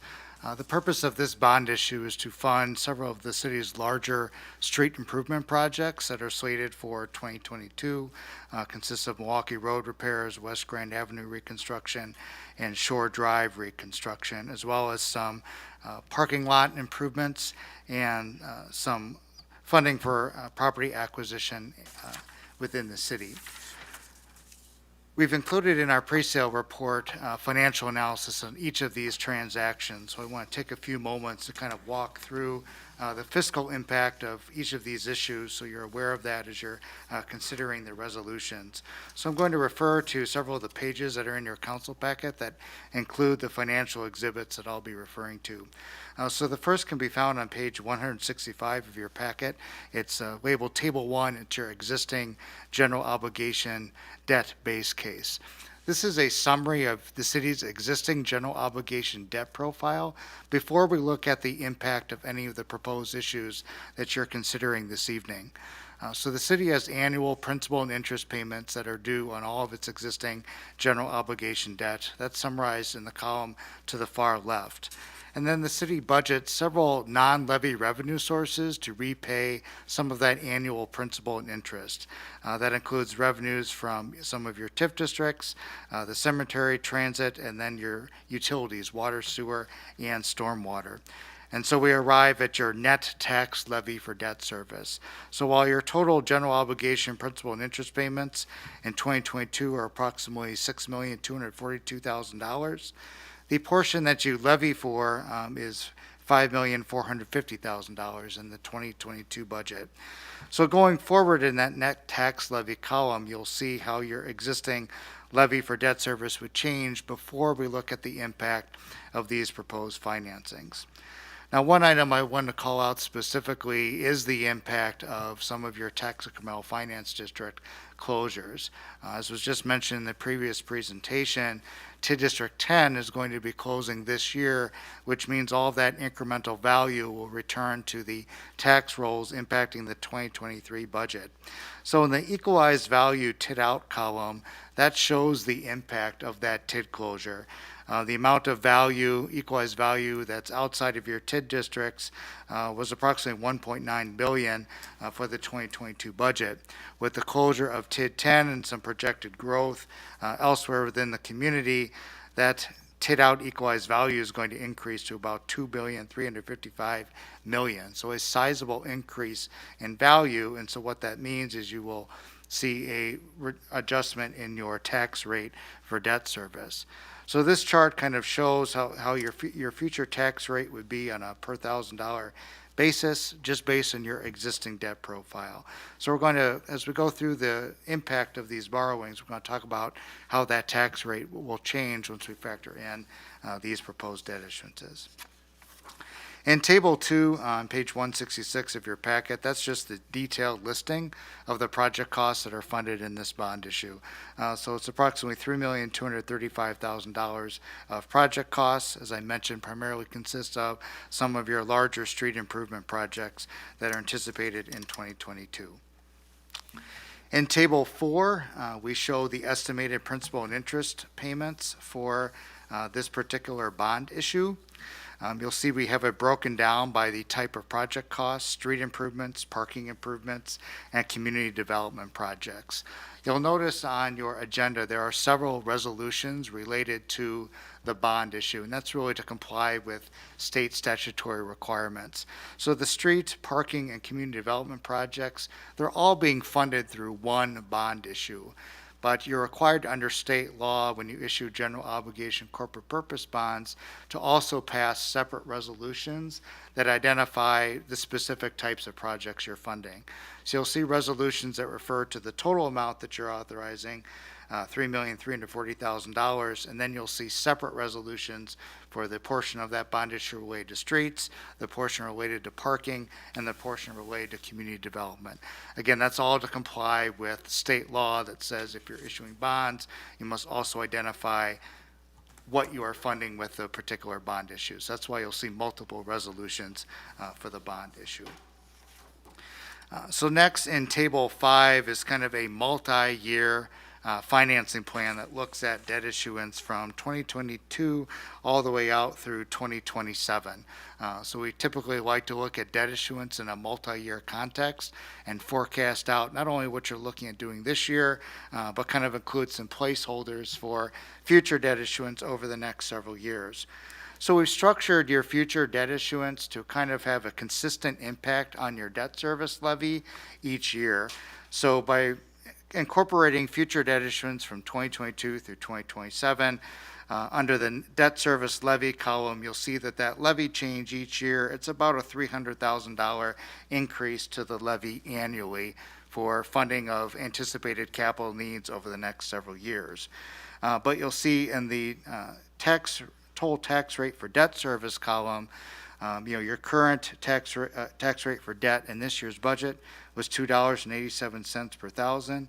Next year, if your levy goes up $300,000, largely due to the closure of TID District 10, your tax rate for debt service is still going to be lower, even though your levy is going up. It's estimated to be about $2.44 per thousand. So that's really a impact of the TID closures. You also see some benefit, to your total levy. Here we're just speaking about the portion of your levy and your tax rate that's for debt only, but that TID closure is going to have a positive impact on your total tax rate, including debt service and all of your other levy components. So I think the big picture message here is we're trying to plan for future debt issuance beyond just 2022 and structure the debt service payment so the levy impact each year is fairly consistent and stable. So looking about that $300,000 levy impact each year going forward. The final spreadsheet related to the bonds is the general obligation debt capacity analysis. So you're limited to the amount of general obligation debt that the city can have outstanding. And that limit is the amount of principal cannot exceed 5% of the city's total equalized valuation. So I'd like to forecast that out going forward several years as well to make sure that you're maintaining and preserving enough borrowing capacity, not only for capital projects this year, but for the future capital projects that we've modeled out through 2027. So kind of projecting out your debt limit going forward, at the end of this fiscal year, the city was at 41% of its debt limit. Even with, the funding of the capital improvement plan that we've modeled here out through 2027, we're not seeing that debt limit get any higher than it is presently. So certainly as the city is seeing some healthy growth and managing the amount of general obligation debt that you're issuing each year, the city has historically stayed within a particular range. This analysis shows that you're preserving more than enough capacity for other capital projects that may come up that are outside of your normal planning process. So one item I want to speak to in terms of the process for the debt issuance, and this is going to apply to all three of the financings that we're talking about this evening. As the city has normally done in the past, we will conduct what's called a competitive sale for the bonds. So we'll put them out to bid, just like you would for a public works project, and we'll award the sale to the underwriter that submits the lowest interest rate.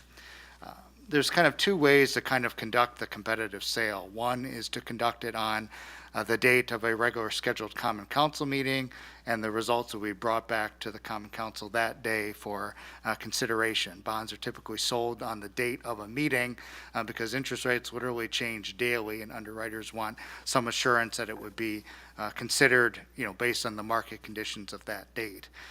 In discussions with staff, probably the earliest we could reasonably conduct the sales would be at your April 18th council meeting. Just based off of sale activity that we're already aware of in the market on that date, there's a lot of bond sales that are already scheduled on that particular date. So we discussed with staff kind of an alternative approach where we would still accept bids, but we would conduct what's called a parameter sale.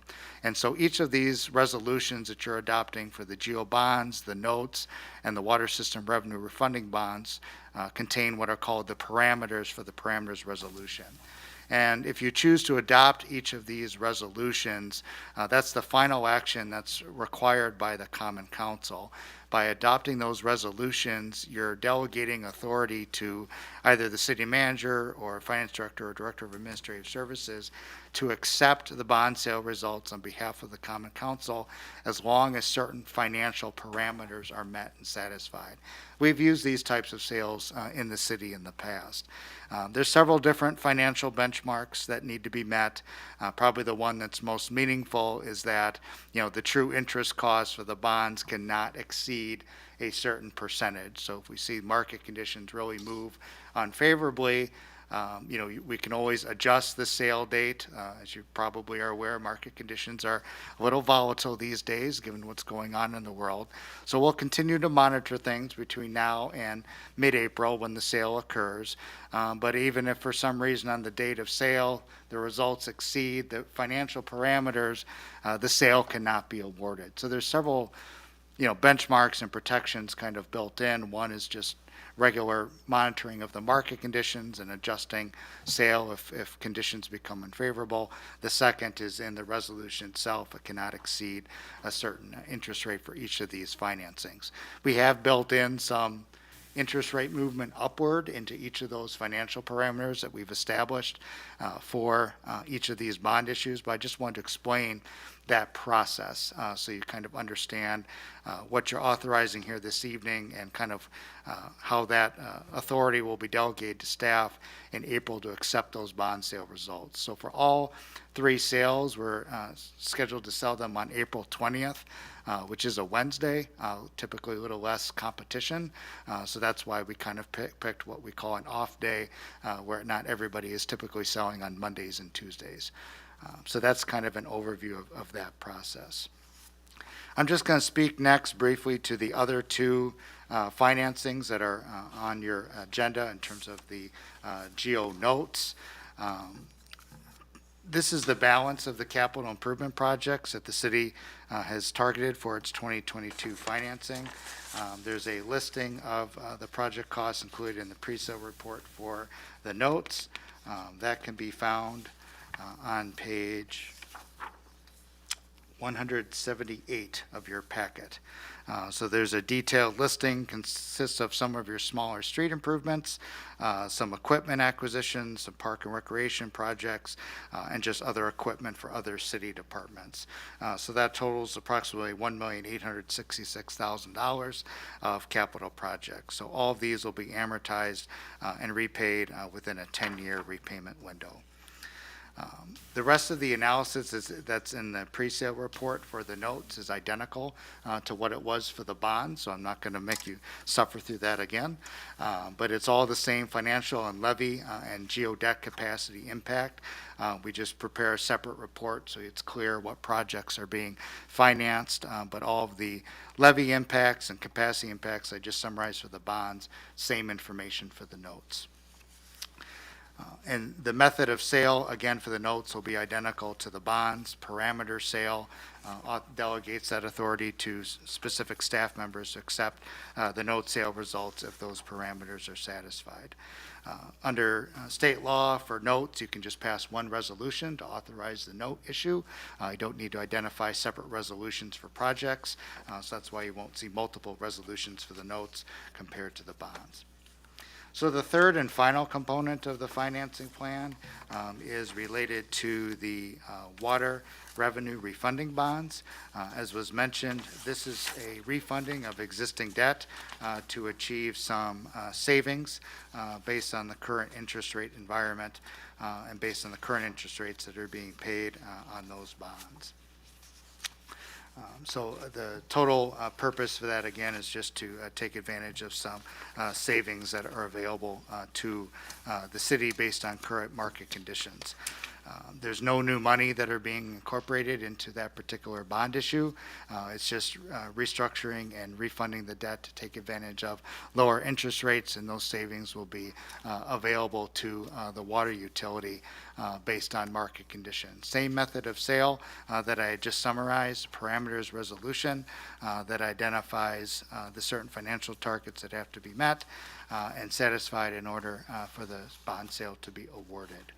So that's kind of an overview of all the financings, the multi-year impact. I'll pause, see if you want to take any actions, and I'm always happy to answer any questions that you have. So to start, if we could just get a motion to approve item 12G.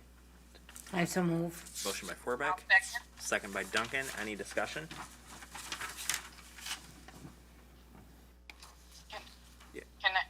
Can I have a comment or question? Are you going to take those? or- Yes, yep. Yes, Counselor Duncan.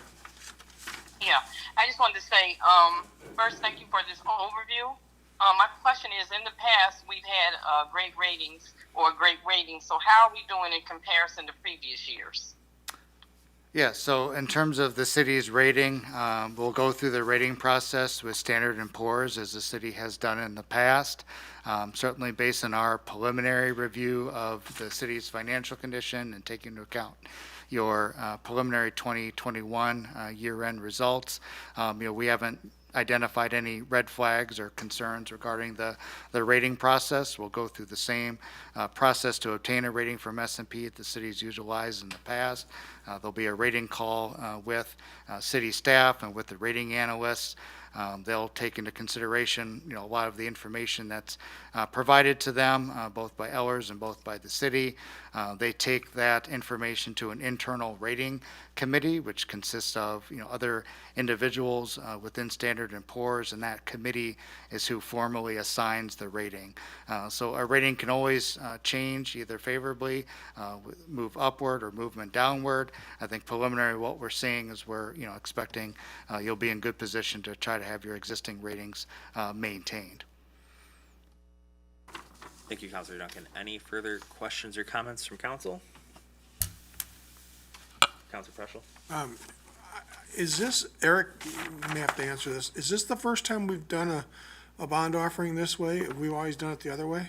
Since I've been on the council the last 6 years? No, we've done parameters issues before. Yeah, they're infrequent, but we have done them in the past. Okay, I just wanted to, because he said it was fairly common, and I was like, I'm trying to remember, maybe it was 1 year, but, okay. Yep.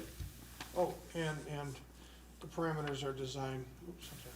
The parameters are designed with our current state of chaos in mind, right? Yeah, some of the parameters, of course, are based on sales history that Ellers have seen versus what our bond rating is, what they've seen go to the market.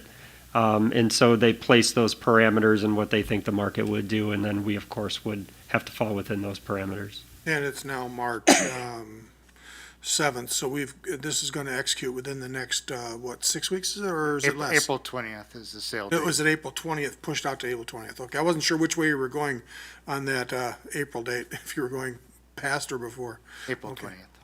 All right. Thank you. Any further discussion? Yeah, Counselor Keys.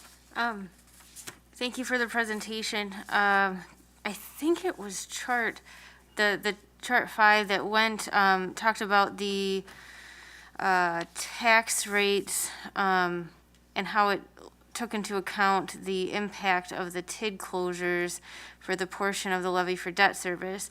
And it went from like 2024 to 2025, and you reflected on the closure of TID 10. The subsequent years, does those factor in the closures of the other 5? Because I saw that that rate went down a little bit more, and then it was relatively neutral, even though the 300,000 kind of factor in each year.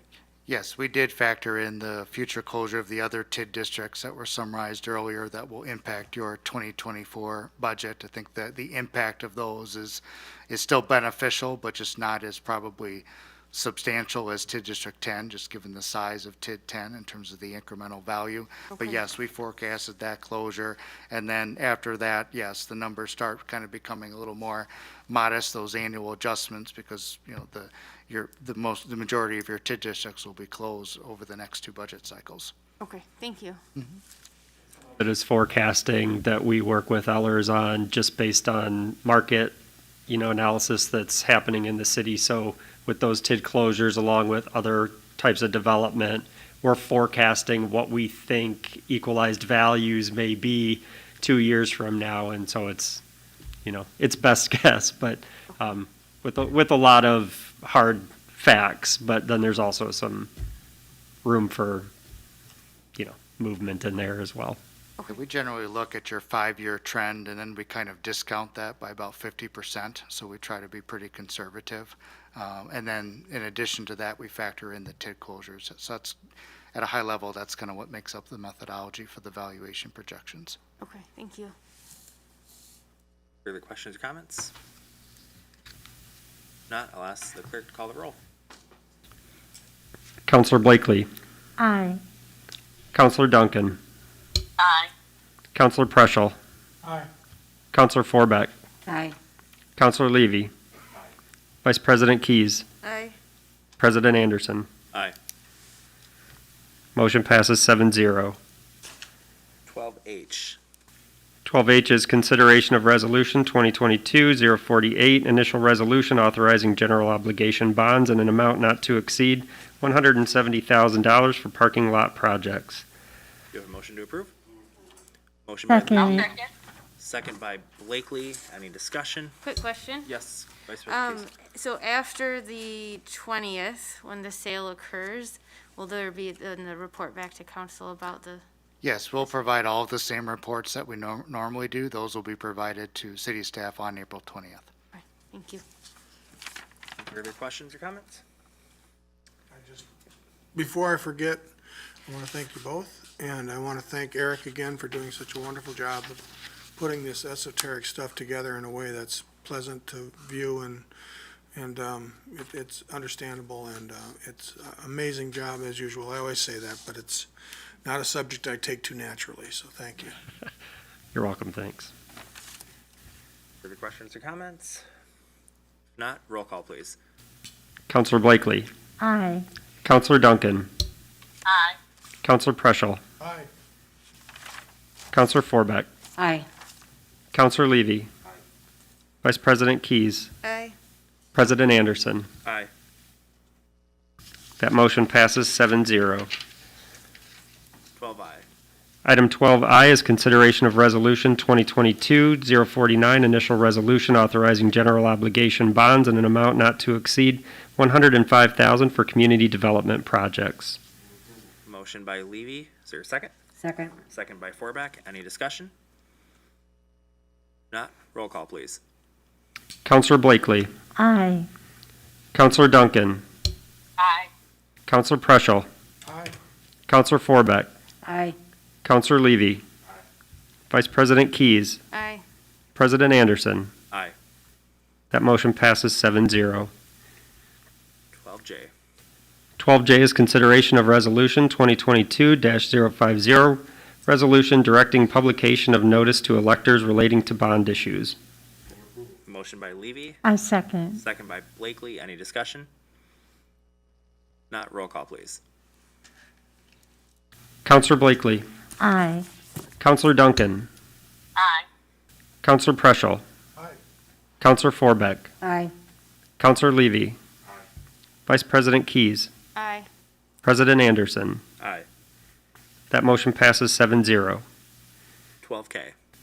Item 12K is consideration of Resolution 2022-051, resolution establishing parameters for the sale of not to exceed $3,340,000 general obligation corporate purpose bond series 2022A.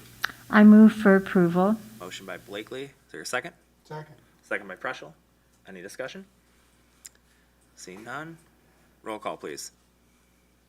Counselor Blakely. Aye. Counselor Duncan. Aye. Counselor Preschel. Aye. Counselor Forbeck. Aye. Counselor Levy. Vice President Keys. Aye. President Anderson. Aye. That motion passes 7-0. 12L. Item 12L is consideration of Resolution 2022-052, resolution authorizing the issuance and establishing parameters for the sale of not to exceed $1,935,000 general obligation promissory notes, Series 2022B. Motion to approve. I so move. Motion by Forbeck. I'll second. Second by Duncan. Any discussion? Not. Roll call, please. Counselor Blakely. Aye. Counselor Duncan. Aye. Counselor Preschel. Aye. Counselor Forbeck. Aye. Counselor Levy. Vice President Keys. Aye. President Anderson. Aye. That motion passes 7-0. 12M. Item 12M is consideration of Resolution 2022-053, resolution supplementing resolution adopted October 20th, 2003, establishing parameters for the sale of not to exceed $2,105,000 water system revenue bonds, revenue refunding bond series 2022C, and providing for the payment of said bonds and other details and covenants with respect thereto. Is there a motion to approve? Motion by Levy. Is there a second? Second. Second by Forbeck. Any discussion? Not. Roll call, please. Counselor Blakely. Aye. Counselor Duncan. Aye. Counselor Preschel. Aye. Counselor Forbeck. Aye. Counselor Levy. Vice President Keys. Aye. President Anderson. Aye. That motion passes 7-0. 12N. Item 12N, the City Council may adjourn into closed session pursuant to Section 19.85, Sub 1, Sub E, Wisconsin Stats, to deliberate or negotiate the purchasing of public properties, the investing of public funds, or conducting other specified public business whenever competitive or bargaining reasons require a closed session, namely to discuss the following. A, the possible sale of a portion of right-of-way adjacent to 540 Colby Street proposed to be vacated, and B, a possible amendment to a purchase and sale agreement for 1901 Gateway Boulevard. The council may reconvene into open session. Motion to go into closed session. Motion by Levy, second by Vice President Keys. Any discussion? If not, all those in favor say aye. Aye. Aye. Any opposed? Motion carries. We're now in closed session.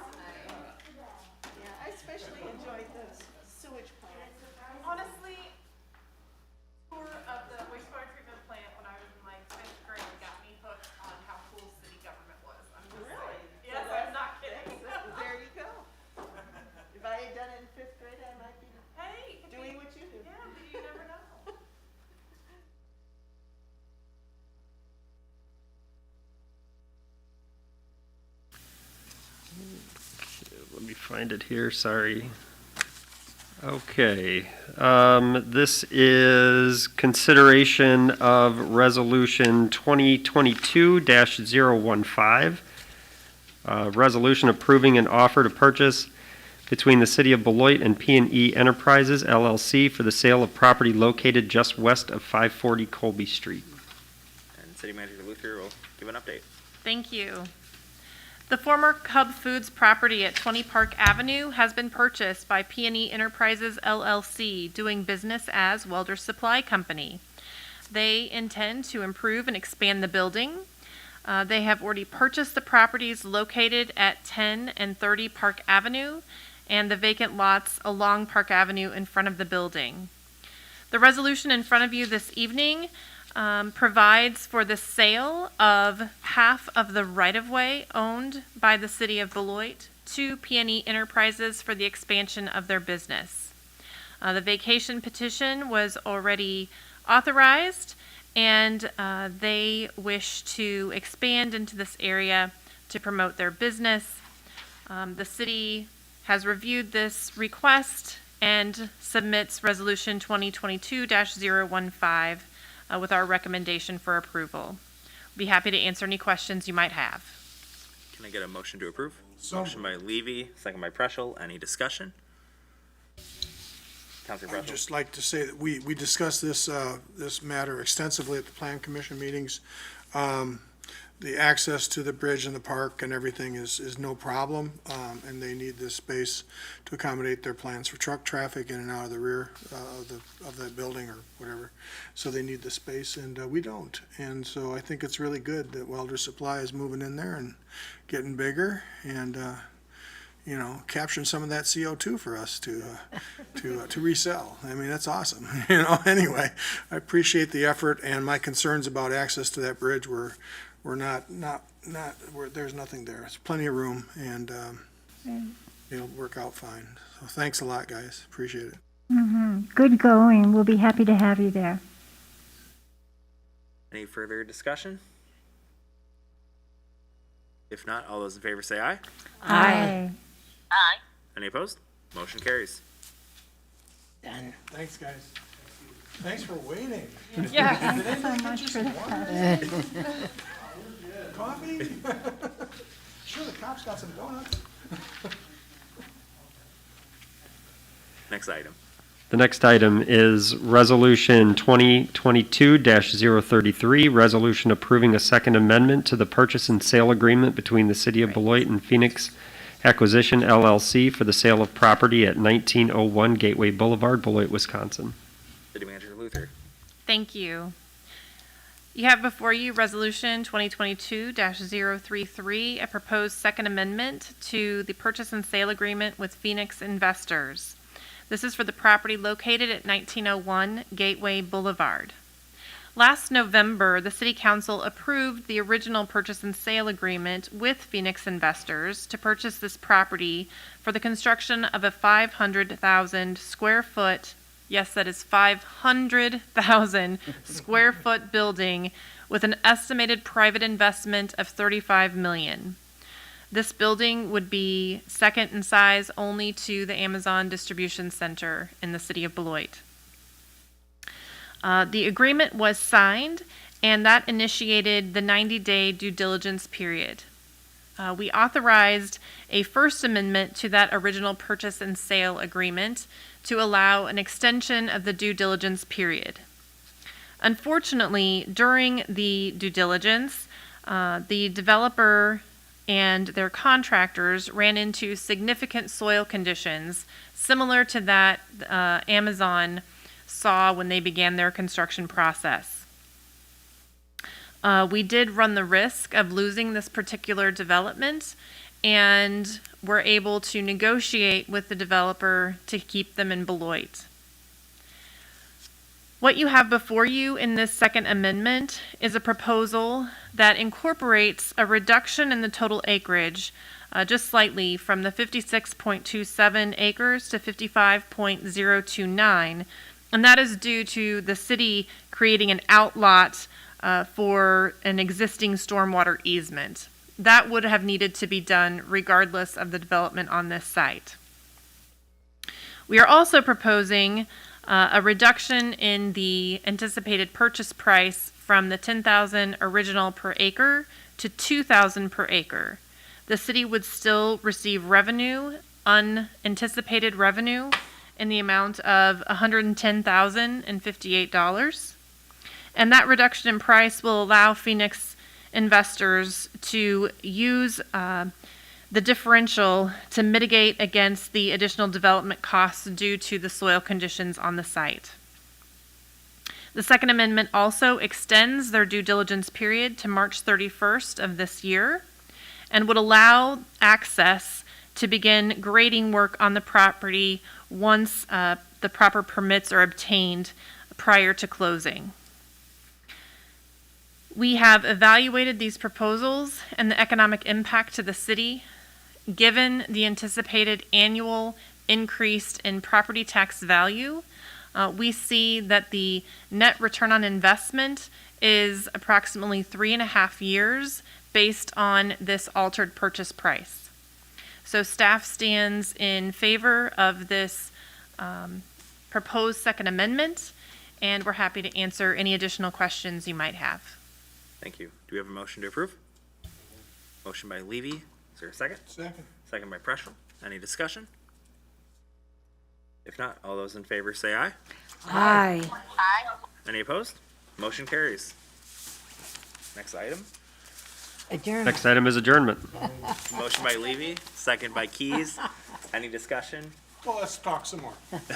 Absolutely not. All those in favor say aye. Aye. Any opposed? Motion carries. We're now adjourned. We got a lot done.